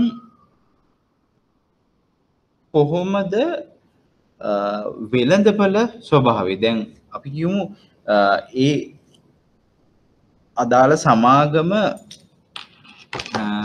ගොඩක් අරමුණු කරන ගනුදෙනුකරුවන් ගොඩක්ම ප්‍රොෆෙෂනල්ස්ලා. අපි කියමු ඒගොල්ලන් හොඳට කස්ටමර් බලලා තමා මේ ගොඩාක්ම ලීසස් මෝගේජ් ලෝන්ස් දීලා තියෙන්නේ. ගොඩාක්ම ඒ ගනුදෙනුකරුවා ගැන ගොඩාක් හොඳ තක්සේරුවක් කරලා. අන්න ඒ වගේ අවස්ථාවක දැන් උදාහරණයක් වශයෙන් ලංකාවේ මේ ටිකක් টপ බැංක්ස් අපි කියමු BOC කමර්ෂල් සම්පත් වගේ බැංකු ගොඩාක්ම කස්ටමර් එක ගොඩක් ප්‍රොෆයිල් කරලා තමා ලෙන්ඩින් කරන්නේ, ලෝන් එකක් දෙන්නේ. මෝගේජ් ලෝන් එකක් වුණත් ඒගොල්ලෝ ගොඩාක්ම සැලකිල්ලෙන් ඒක බලලා දෙන්නේ. අන්න ඒ ගනුදෙනුකරුවන්ගේ ස්වභාවය. එතකොට ඒගොල්ලන්ගේ ගෙවීම් හැකියාව හොඳටම තක්සේරු කරලා දෙන සමාගමක සුරකුම් කරණයක් නම් අනිවාර්යෙන්ම ඒ ශ්‍රේණිගත කිරීම හොඳ ශ්‍රේණිගත කිරීමක් සිද්ධ වෙනවා. එතකොට මේ සමාගමේ වෙළඳපොළ සහ ගනුදෙනුකරුවන්ගේ ස්වභාවය කියන එක ශ්‍රේණිගත කිරීමේදී බලපාන කරුණක් වෙනවා. ඕගොල්ලන් පොඩි ඒකට නෝට් එකක් දාගන්න. ඒත් එක්කම ගෙවීමට ඇති සමස්ත වාරිකවල ප්‍රමාණය. ගෙවීමට ඇති වාරිකවල ප්‍රමාණය, වාරික ප්‍රමාණය. මම ඒකත් අපි බෝඩ් එකේ පොඩ්ඩක් අපි ඒක බලමු ක්ලියර්ලි කොහොමද වෙන්නේ කියලා. මේකෙදි දැන් සමාගමකට මේ වගේ අවස්ථාවකදී අදාළ ගනුදෙනුකරුවන් අපි උදාහරණයකට ගමු ගොඩක් පියවලා තියෙන්නේ. අවුරුද්දක් පියවලා තියෙන්නේ. අවුරුද්දක් පියවපු ලීස් එකක මේ ලීසින් ගිණුමක සමාගමට තියෙන අවදානම සාපේක්ෂව අඩුයි අලුතෙන්ම දුන්න ලීස් එකක් එක්ක සංසන්දනය කරලා බලනකොට. හේතුව තමයි අලුතෙන්ම ගන්නකොට මෙයා 30ක් හෝ 40ක් මෙයාගේ කන්ට්‍රිබියුෂන් එක මෙයා දාලා තියෙනවා. ඉතුරු ටික තමයි සමාගම දාලා තියෙන්නේ. ඒකට ලීසින් එකක් හෝ ඕනෑම මෝගේජ් එකක් උපස්කරයන් මත පදනම් වෙච්ච ගනුදෙනුවක මුල්ම අවස්ථාවේදී අවදානම වැඩි. හැබැයි අවුරුද්දක් දෙකමාරක් විතර ගෙවිලා යනකොට මේකේ අවදානම අඩුයි. මොකද බොහෝ ප්‍රමාණයක් ගනුදෙනුකරු ගෙවලා තියෙන්නේ. ගනුදෙනුකරු දන්නවා. එතකොට හොඳට අඳුරනවා. එතකොට ඒ අවදානම අඩුයි. දැන් අපි කියමු මේ 30ම ෆ්‍රෙෂ් ලීසස්. හරි? දැන් මම පොඩි ප්‍රශ්නයක් අහනවා. මේ ටිකම අලුත්ම ලීසස්.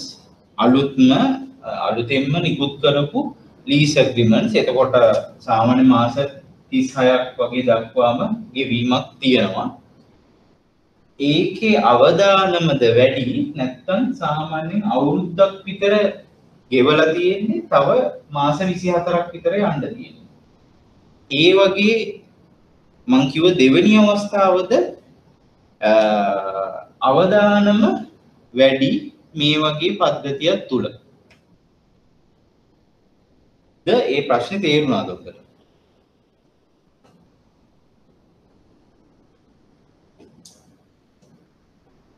මේ ලීසස් මුල් අවදීම තියෙන ලීසින් ප්‍රමාණයක් මේකට ට්‍රාන්ස්ෆර් වෙච්ච එකද ගොඩක් රිස්කි නැත්තම් අවුරුද්දක් විතර පියවලා තියෙන ලීසස් පෝර්ට්ෆෝලියෝ එකක් මේකට ට්‍රාන්ස්ෆර් වෙන එකද වඩා අවදානම් SPV එකට ස්පෙෂල් පර්පස් වෙහිකල් එකට? මට මැසේජ් එකක් දෙන්න උත්තරයක්.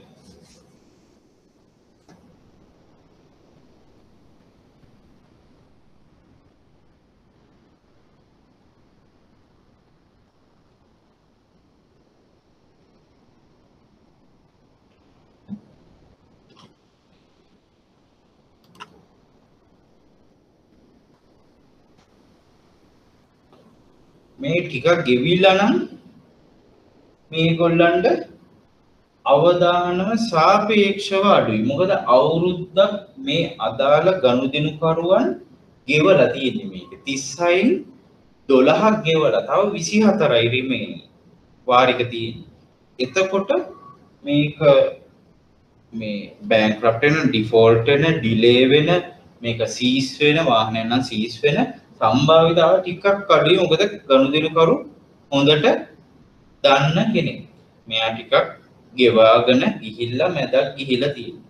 ඒතකොට අන්න ඒ වගේ මේ ඒජ් එක මේ එක්කෙනෙක්ගේ. ඒ වගේ මේ සම්පූර්ණ බේස් එකේ ඒජ් ඇනලිසිස් එකක් කරපුවාම වැඩිපුරම තියෙන භාගයක් විතර ගෙවුපේවා නම් භාගයකට වඩා අන්න ඒක අවදානම සාපේක්ෂව අඩුයි. ඒතකොට අන්න ඒක ශ්‍රේණිගත කිරීමේදී අනිවාර්ය කී පොයින්ට් එකක් ප්‍රධානම අංගයක් වෙනවා ඒ ඒජ් එක. ඒ ලීස් එකේ හරි ඒ උකස් කරේ ඒජ් එක. හරි. එතකොට ඒකෙදි බලපාන කරුණු තමයි එතනදි මම කිව්වේ.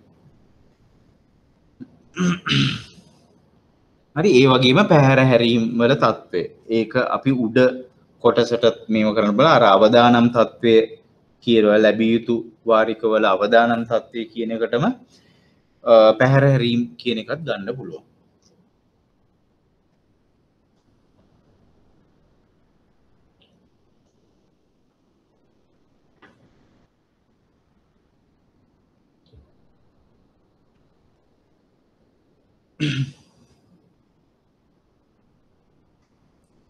ව්‍යාපාරයට ඇති වාසි මොනවද?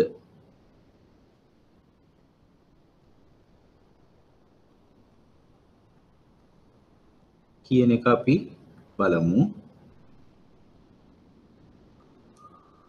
මේ සුරකුම්කරණය කියන සම්පූර්ණ ක්‍රියාවලියෙන් ව්‍යාපාරයට සාමාන්‍ය තත්ත්වයක තුල ක්‍රියාත්මක වෙනවට වඩා තියෙන මොකද්ද වාසිය?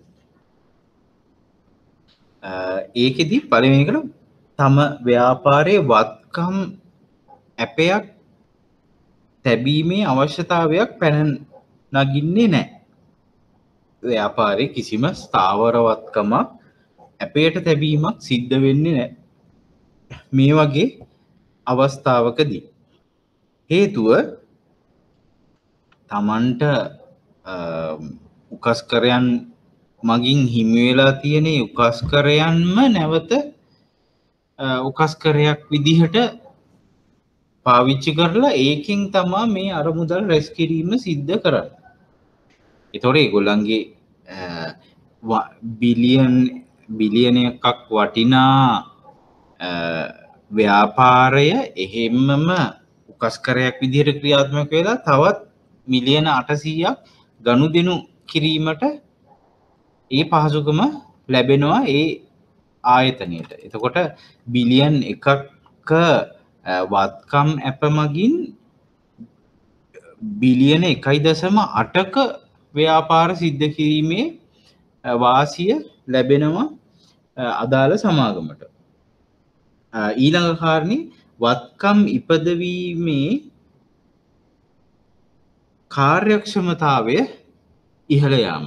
වත්කම් වල ආදායම් ඉපදවීමේ කාර්යක්ෂමතාවය ඉහළ යනවා. එතකොට දැන් ඒ අදාළ එක උකස්කරයකින් එක වාරයකට වඩා ආදායම් ඉපදවීම සිද්ධ කරනවා. ඒ කියන්නේ එක නෝට් එකකින් ඒගොල්ලන් දෙගුණයකට කිට්ටු වෙන්න ආදායමක් උපයනවා ඒ අදාළ එක අප සුරකුමකින්.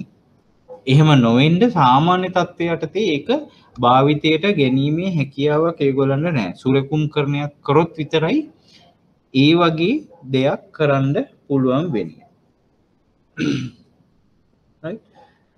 ඊට අමතරව මුදල් ප්‍රවාහය හිතකර මුදල් ප්‍රවාහයක් තබා ගැනීමට හැකි වෙනවා. ඒක කොහොමද වෙන්නේ? දැන් මේක හොඳ කෑෂ් ෆ්ලෝ එකක් මේකට එනවා. හැබැයි ඒ වෙනුවෙන් මොකක්ද ඒගොල්ලන්ගේ කැපකිරීම? මෙන්න මේ කියන ඒගොල්ලන්ට නැවත සාමාන්‍ය තත්ත්වයටදී භාවිතයට ගන්න බැරි වටිනාකමක් මේ විශේෂ තත්ත්වයක් යටතේ පාවිච්චියට ගැනීම. සාමාන්‍ය තත්ත්වයක් යටතේ නම් මේගොල්ලන්ට මේ කියන සුරකුම කිසිම විදිහකට මූව් කරන්න බෑ. ඒගොල්ලන්ට පොළවන්න බෑ. හැබැයි මේක ට්‍රාන්ස්ෆර් කරලා මේක වෙනම ඉන්ස්ට්‍රුමන්ට් එකක් හැටියට වෙනමම සුරකුමක් විදිහට සංවිධානය කරපුවාම ඒකට වටිනාකමක් ලැබෙනවා. මේක තනි තනිව හරි කලෙක්ටිව්ලි සාමූහික වශයෙන් මේකේ වටිනාකමක් මෙතනදී නැති එකක් මෙතනදී අපි වටිනාකමක් ආරෝපණය කරලා ඒක නැවත විකිණීම සමග සිද්ධ කරලා තියෙන්නේ මෙතන.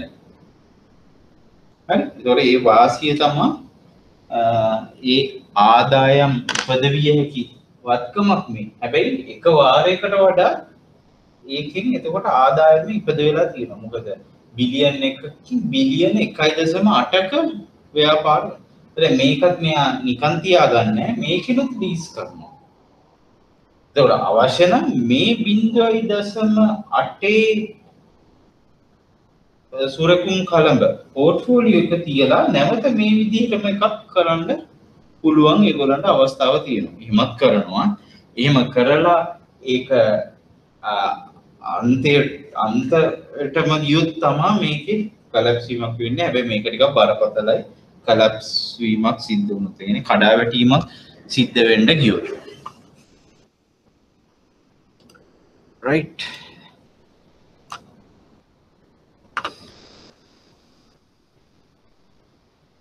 ඊට පස්සේ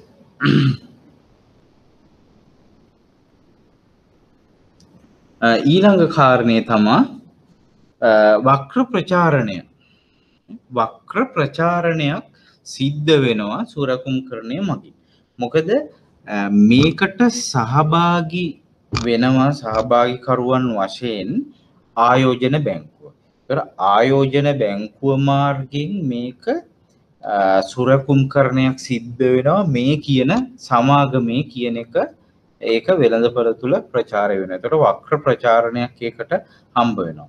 ඒ වගේමයි ඒක නිකුත් කරන ආයෝජකයෝ කියන්නේ සාමාන්‍යයෙන් මූල්‍ය ශේෂ්ත්‍රයේ මූල්‍ය වෙළඳපොළ තුල සෑහෙන පිළිගැනීමක් වෙච්ච අරමුදල් සහ සමාගම් වල ආයතන තමා මේ සුරකුම්කරණය මිලදී ගැනීමට ඉදිරිපත් වෙන්නේ. එතකොට ඒකත් සෑහෙන්න බලපානවා මේක වක්‍ර ප්‍රචාරණයක් විදිහට මේකේ නම ගොඩක් ප්‍රචලිත වෙන්න.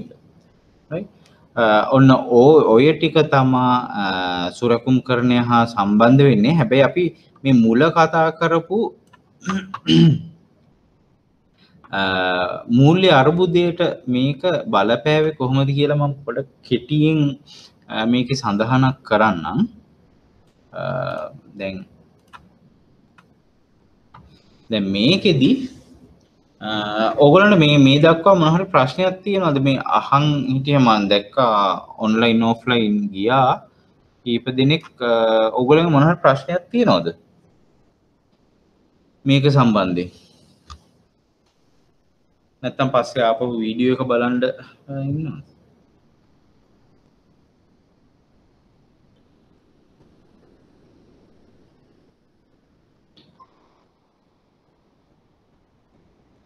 මොනවා හරි ඔයගොල්ලන්ට නොතේරෙන තැනක් තියෙනවද? මං කියන ඒවා ඇහෙනවනේ හොඳට.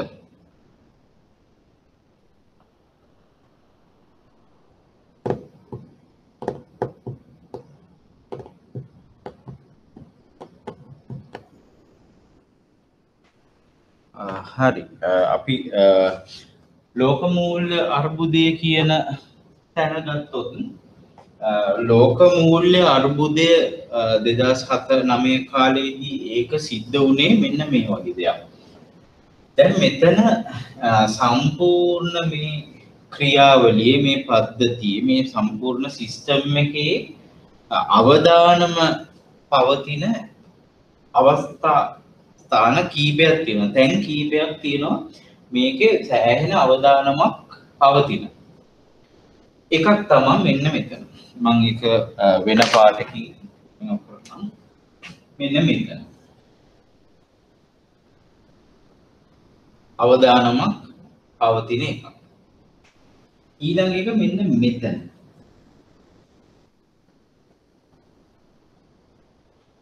ඔය දෙකේ තමයි බරපතල තත්ත්වයක් පවතින්නේ. පැවතුනොත් නැත්නම් සාමාන්‍ය තත්ත්වයට ඔක ගොඩාක් අවදානම අවම කරගෙන ඔය වැඩේ කරනවා. තිබ්බොත් මෙතන. ඇයි මේ පළවෙනි රෝ එක සාමාන්‍ය ඔටෝමැටිකලි සිද්ධ වෙනවා මේක ට්‍රාන්ස්ෆර් කරලා මේක නිකුත් කිරීම. පළවෙනි මන්ත් එන්ඩ් එකේ ඉඳන් මෙතන අවදානම පැන නගිනවා. මෙන්න මේ අයගේ කලෙක්ෂන් එක හරියට මේකට ආවේ නැත්තම්. හරි. දෙවෙනි අවස්ථාව නිකුත් කිරීමේදී මේ 1 බිලියන් වටිනාකමට ප්‍රමාණවත් වෙච්ච සුරකුමක් හොඳ සිකියුරිටි එකක් මෙතන තියාගත්තේ නැත්තම් මේකේ කොලැටරල් එක අඩු වෙනවා. නිකන් හිතන්න බිලියන් එකක් වටින ආයෝජන මේ ලැබිය යුතු වටිනාකම් තියෙන තැනක බිලියන එකම ආයෝජනයන් නිකුත් කිරීම සිද්ධ කරනවා. නිකමට හිතන්න මෙතන මොනවා හරි ඩිෆෝල්ට් එකක් වෙනවා. නැත්තම් මේ වත්කම් වල වෙළඳපළ මිල පහළට එනවා. ඔය දෙකෙන් එකක් වුණොත් මේ බිලියනයට වඩා වටිනාකම මෙතන අඩු වෙනවා. හැබැයි නිකුත් කරලා තියෙනවා බිලියන එකක්.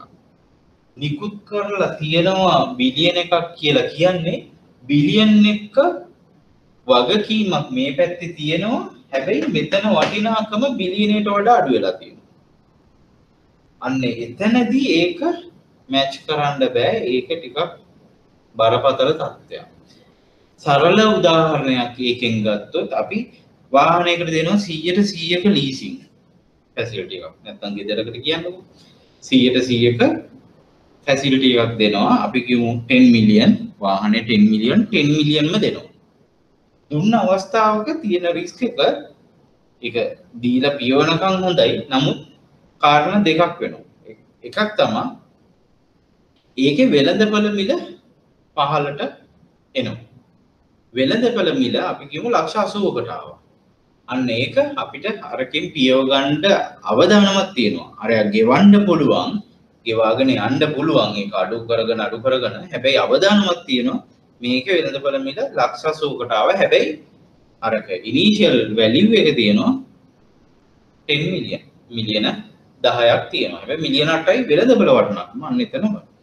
දෙවෙනි කාරණේ තමයි මිලියන 10ට මිලියන 10ම ෆැසිලිටි එක දුන්නොත් අරයා වාරික දෙකක් තුනක් නොගෙවුවොත් අන්න සමාගම පැත්තෙන් අලාභයක් විඳින්න වෙනවා. කොලැටරල් එකක් නැහැ. ඒ කියන්නේ සුරකුමක් නැහැ ඒකට අගේන්ස්ට්. අන්න එතකොට මේ දෙක ලං වෙනකොට මෙතන අවදානමක් තියෙනවා.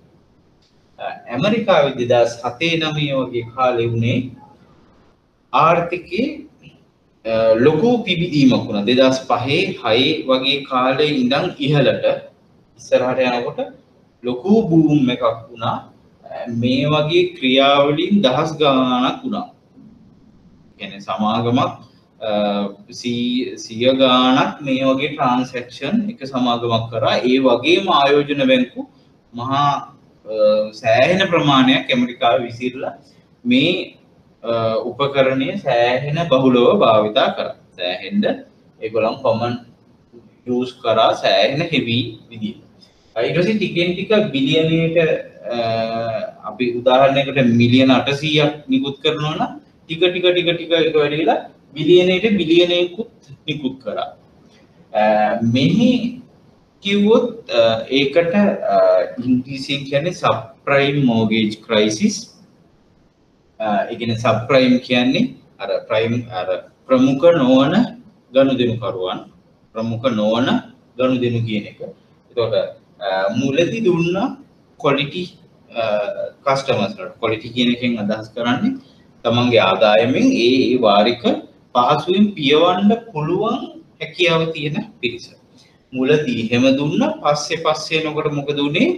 ඒ දේවල් නොබල පුළුවන් හැටියට මෝර්ගේජ් කර වේගෙන් ඒ බිස්නස් එක කරන්න ගත්තා. හවුසින් වලට එහෙම ගොඩාක්. ඒක කරන්න මේ පැත්තෙන් හවුසින් මාකට් එක, ඒ කියන්නේ නිවාස සහ ඉඩම් කියන වෙළඳපොළ ඒ මිල ගොඩාක් උඩට ගියා. ඒ ප්‍රයිසස් ඔක්කොම උඩට ගියා. වාහන වලට තිබ්බේවා ඩිමාන්ඩ් එක වැඩිලා ගොඩාක් ඉහළට ගියා. ඇයි? මේ ගොඩාක් කස්ටමර්ස්ලට ඒ ෆැසිලිටි එක දෙනවා. එතකොට ප්‍රයිම් කස්ටමර් නෙමෙයි ප්‍රයිම් නැති සබ්ප්‍රයිම් ඒකට ක්වොලිෆයි වෙන්නේ නැති අයත් ඊට පස්සේ ඉල්ලුම් කරන්න ගන්නවා. ඒකට ක්වොලිෆයි නැති අය මොකද මේ සමාගම් දෙන්න බලන්න පුළුවන් තරම් ඒකට දෙනවා. ඒතර මේකත් ගොඩාක්ම පර්සන්ටේජ් එක අඩුවට දෙන්න ගත්තා. මොකද මාකට් එක හොඳට යනවා ඉඩම් වල. දැන් මේක මම කිව්වේ අනිත් පැත්ත මාකට් එක යනකොට තව හොඳයි මේ පෝර්ට්ෆෝලියෝස් මේක උඩට යනවා. එතකොට තව මේගොල්ලන් ණය දෙන්න ගත්තා. 70% වගේ ලීස් මේ ෆැසිලිටි එක දීපු එක 80ක් 90ක් වෙලා සමහර ඒවා 100%කුත් දීලා ඇමරිකාව. පස්සේ තමයි ඔක හොයාගත්තේ කොලැප්ස් එක ඉවර වෙලා රිකවරි බේල් අවුට් පැකේජස් මේවා ඉන්ට්‍රොඩියුස් කරද්දි තමයි ඒගොල්ලන් ඒක දැනගත්තේ. එතකොට 180ක 90ක 100ක දීලා ඔන්න මේ වෙළඳපොළ බබල් එකක් කියන්නේ. ඒ කියන්නේ බුබුලක් විදිහට ක්‍රියාත්මක වුණා 2007-8 වගේ යනකොට උපරිම තත්වයට එක අවස්ථාවකදී එක මොහොතකදී මොකද උනේ? මේ ක්වොලිෆයි නැති මේකට ක්වොලිෆයි නැති කස්ටමර්ස් ලගෙන් ඩිෆෝල්ට් වෙන්න ගත්තා. එක දෙක ඩිෆෝල්ට් වෙන්න ගත්තා.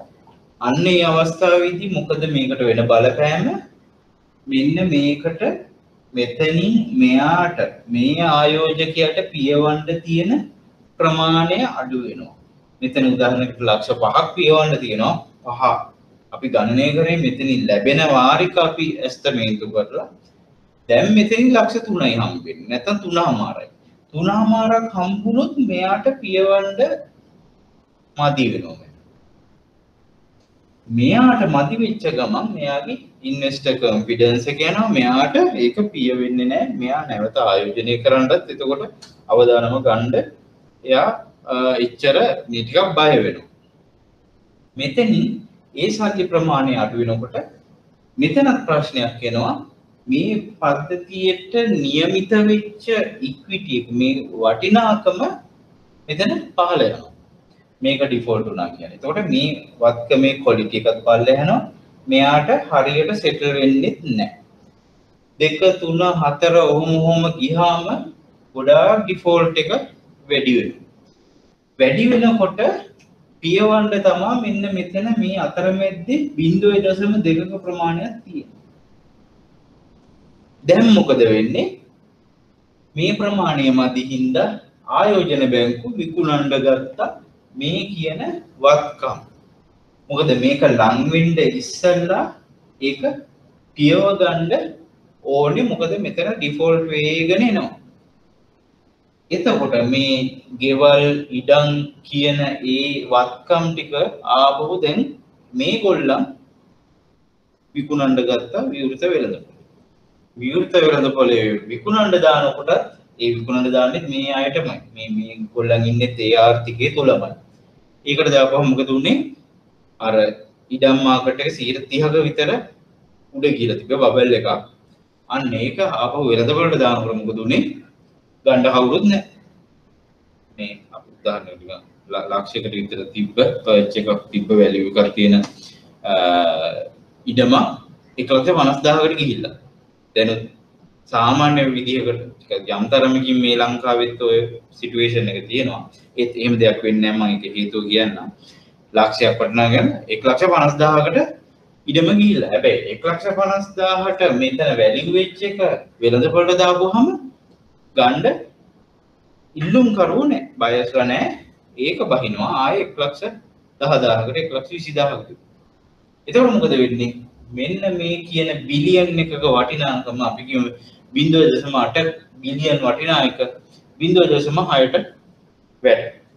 වැටුනහම කොහොමත් කරන්න දෙයක් නැහැ. මේ ටික පියව ගන්නම ඕනේ. එතකොට මේක සම්පූර්ණයෙන්ම විකුණලා තමයි මේගොල්ලන්ට පියවන්න වෙන්නේ. මෙතන ඩිෆෝල්ට් දෙවෙනි එක වෙළඳපොලේ වටිනාකමත් පල්ලයට ඇවිල්ලා.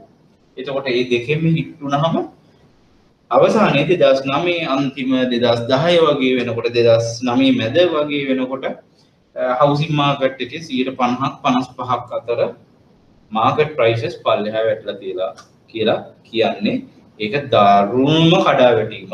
මොකද ඒ වගේ සාමාන්‍යයෙන් 5ක 10ක විතර මූවමන්ට් එකක් අපිට සාමාන්‍යයෙන් ගන්න පුළුවන්. අපිට ඒක මේ දැන් තියෙන පවතින තත්ත්වයට එක්ක කම්පෙයාර් කරන්න බෑ. මේක කොරෝනා කියන්නේ මේක වෛරස් එකක්. මේක ෂට් ඩවුන් කරන මේක මේ හියුමන් ෆැක්ටර් එකක් තියෙන කෙනේ මිනිස්සු ආශ්‍රිත ප්‍රශ්නයක් තියෙන්නේ. හැබැයි මෙතන එහෙම නෙමෙයි සම්පූර්ණ වත්කම් පද්ධතියම පහළට ඇවිල්ලා වෙළඳපොළ උඩට ගිහිල්ලා ඒවම පල්ලෙහාට වැටලා. එතකොට ඒ උඩට ගිය ප්‍රමාණයෙන් නෙමෙයි පල්ලෙහාට එන්නේ. 120ක 30ක උඩට යෑමක් වුණාට 60ක් විතර ඒ වෙළඳපොළ පල්ලෙහාට ආපුවම මේවා ඔක්කොම පියව ගන්න බැරි වෙලා බංකොලොත් වෙනවා. ඒතර මේක අනිත් එක අධික වටිනාකමක් තියෙන ට්‍රාන්සැක්ෂන්. දැන් ලංකාවේ සාමාන්‍ය දල වශයෙන් ගත්තොත් බිලියන් එකක ප්ලේස්මන්ට් එකක් වෙන්නේ ඊට වඩා වැඩිත් වෙනවා. සාමාන්‍ය වෙන්නේ බිලියන් එකක්.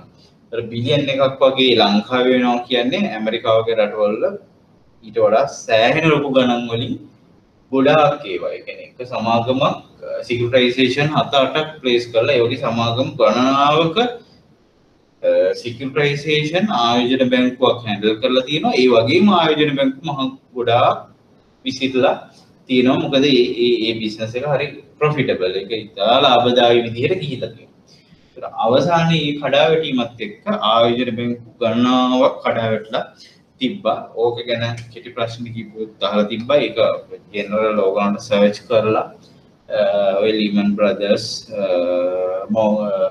සැන්ලි මෝගන් චේස් ඔය මේ ආයෝජන බැංකු ගැන වාර්තා ගොඩාක් ඊට පස්සේ පළ වුණා.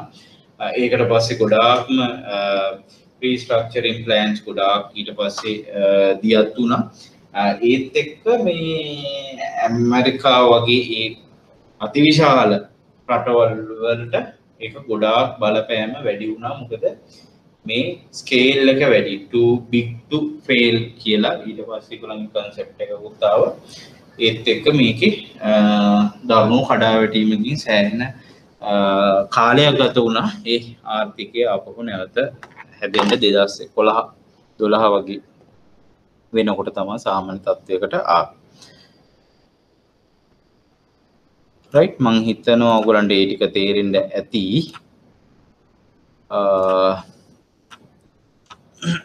අපි ආපහු නෝට් එකට ගියොත් අපි මෙතන කතා කරපු ස්ට්‍රක්චර් එකට ඔයගොල්ලන් ඇප්ලයි කරගන්න මේකේ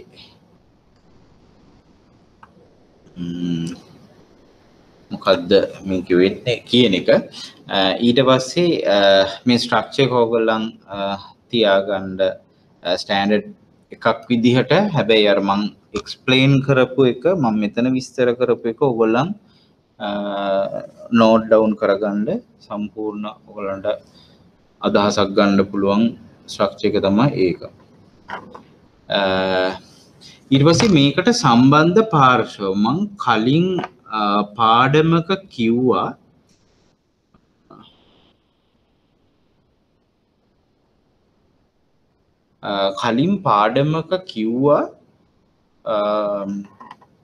සම්බන්ධ පාර්ශව අපි සුරකුම් ප්‍රාරක්ෂණය කතා කරා, සම්මේලනගත ණය කතා කරා, ප්‍රාග්ධන සහ මුදල් වෙළඳපොළ උපකරණ ඒ වගේ කතා කරා. එතකොට ওই සම්බන්ධ පාර්ශවය හැම එකේම වෙන් වශයෙන් ඕගොල්ලන් දැනගෙන ඉන්න ඕනේ. මම ඒ හැම එකේදී මේක මෙන්ෂන් කරා. ඊට අමතරව පොදුවේ සම්බන්ධ වෙන අය ගැනත් මම කිව්වා. ඔය නීතිඥයන්, විගණකවරුන්, රෙජිස්ට්‍රාර්වරුන් වගේ කීප දෙනෙක් පුද්ගලයන් පාර්ශව කීපයක් ඒක පොදුවේ ඒ හැම උපකරණයකටම අදාළ වෙන්න පාර්ශව ගැන මම කතා කරා.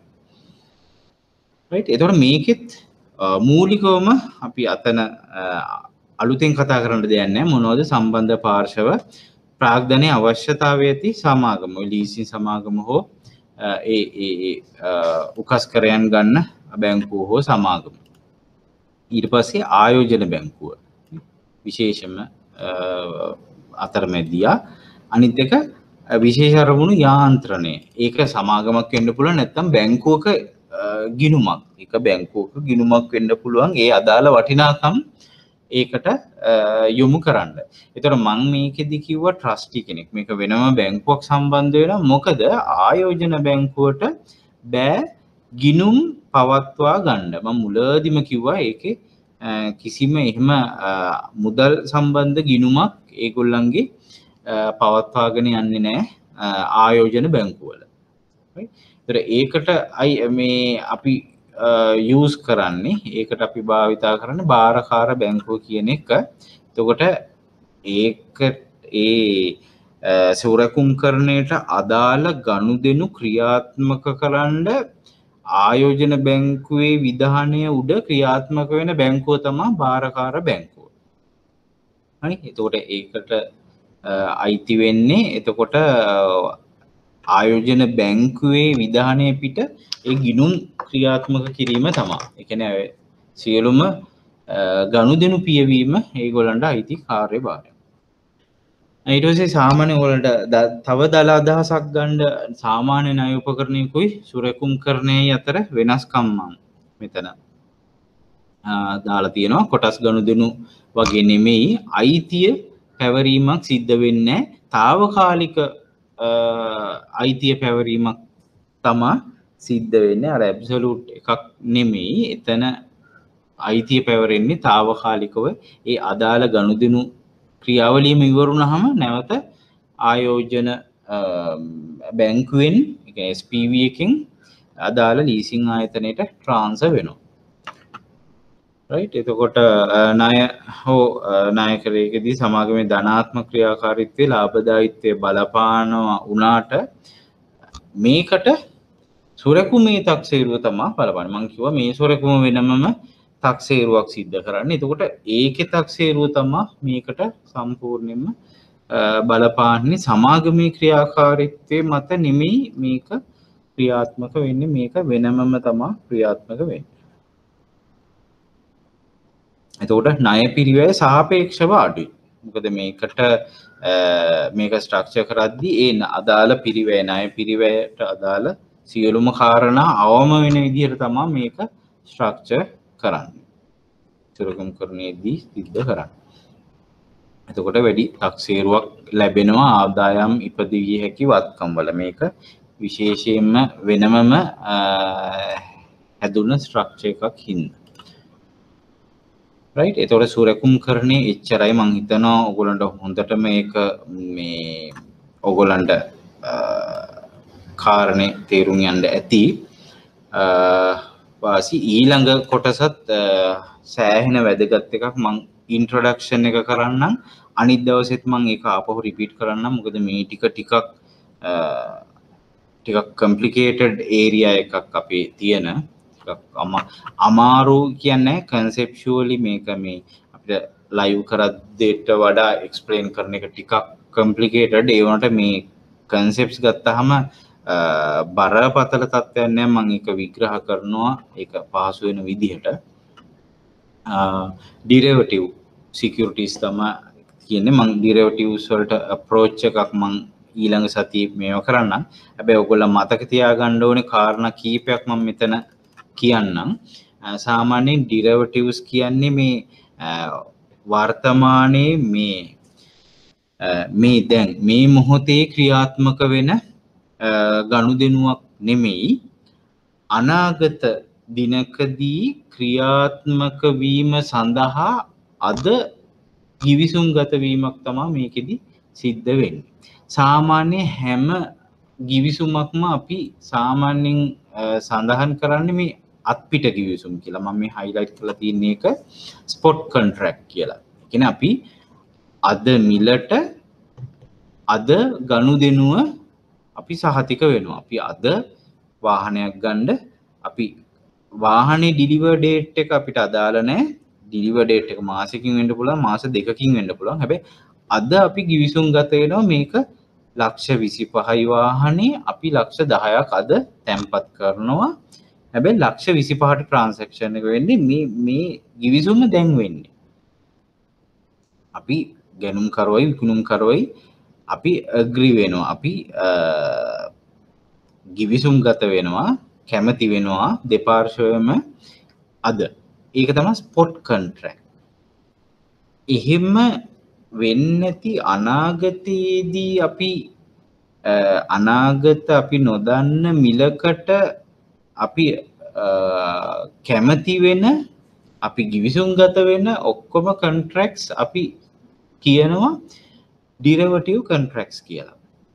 මම මේක එන සති උදාහරණයකින්ම පැහැදිලි කරන්නම්. එතකොට ඔයගොල්ලන්ට තේරෙයි ඒකේ මොකද්ද මේ තියෙන වාසිය කියලා. නැත්තම් මේ අද කරන්නේ නැතුව ඒක අනාගත දිනකදී මේව කරන එකේ වාසිය මොකද්ද කියලා.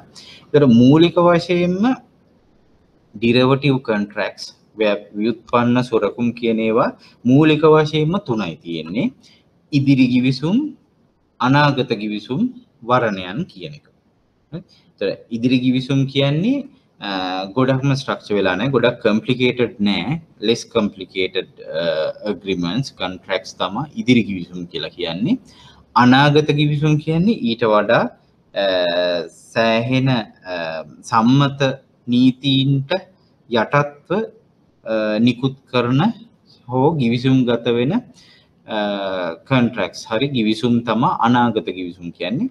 වරණයන් කියන්නේ වාසී නම් ක්‍රියාත්මක කරන්න පුළුවන්, අවාසි තත්වයක් නම් ඒක givisumෙන් අයින් වෙන්න පුළුවන් වරණයක්. නැත්නම් ඔප්ෂන් එකක් තියෙන givisum වර්ගයක් තමයි වරණ කියලා කියන්නේ. ඔන්න ඔය ටික ඕගොල්ලන් පොඩ්ඩක් ඔළුවේ තියාගෙන ඒක මේ ඊළඟ දවසේ අපි පාඩමට යමු.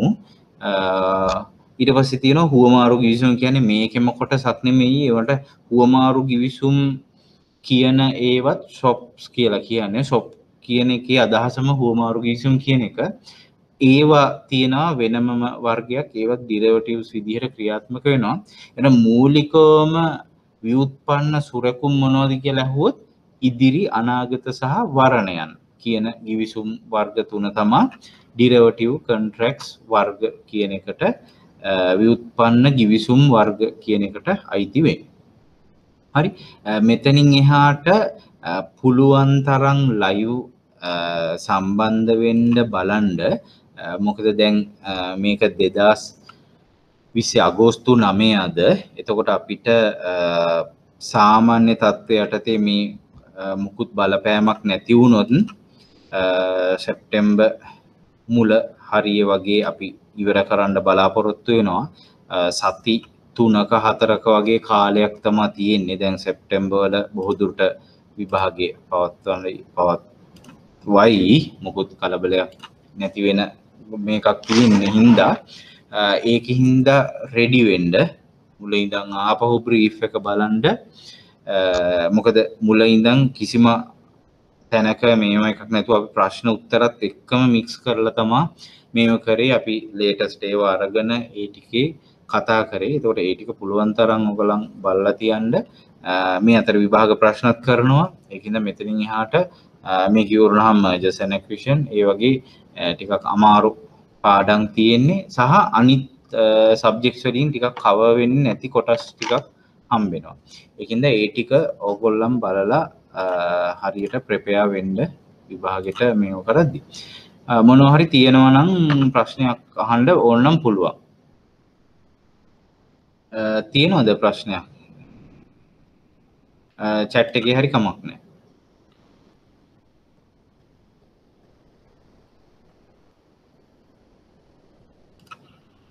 right. එහෙනම් අපි මෙතනින් සෙෂන් එක ඉවර කරමු. next week අපි හම්බෙමු.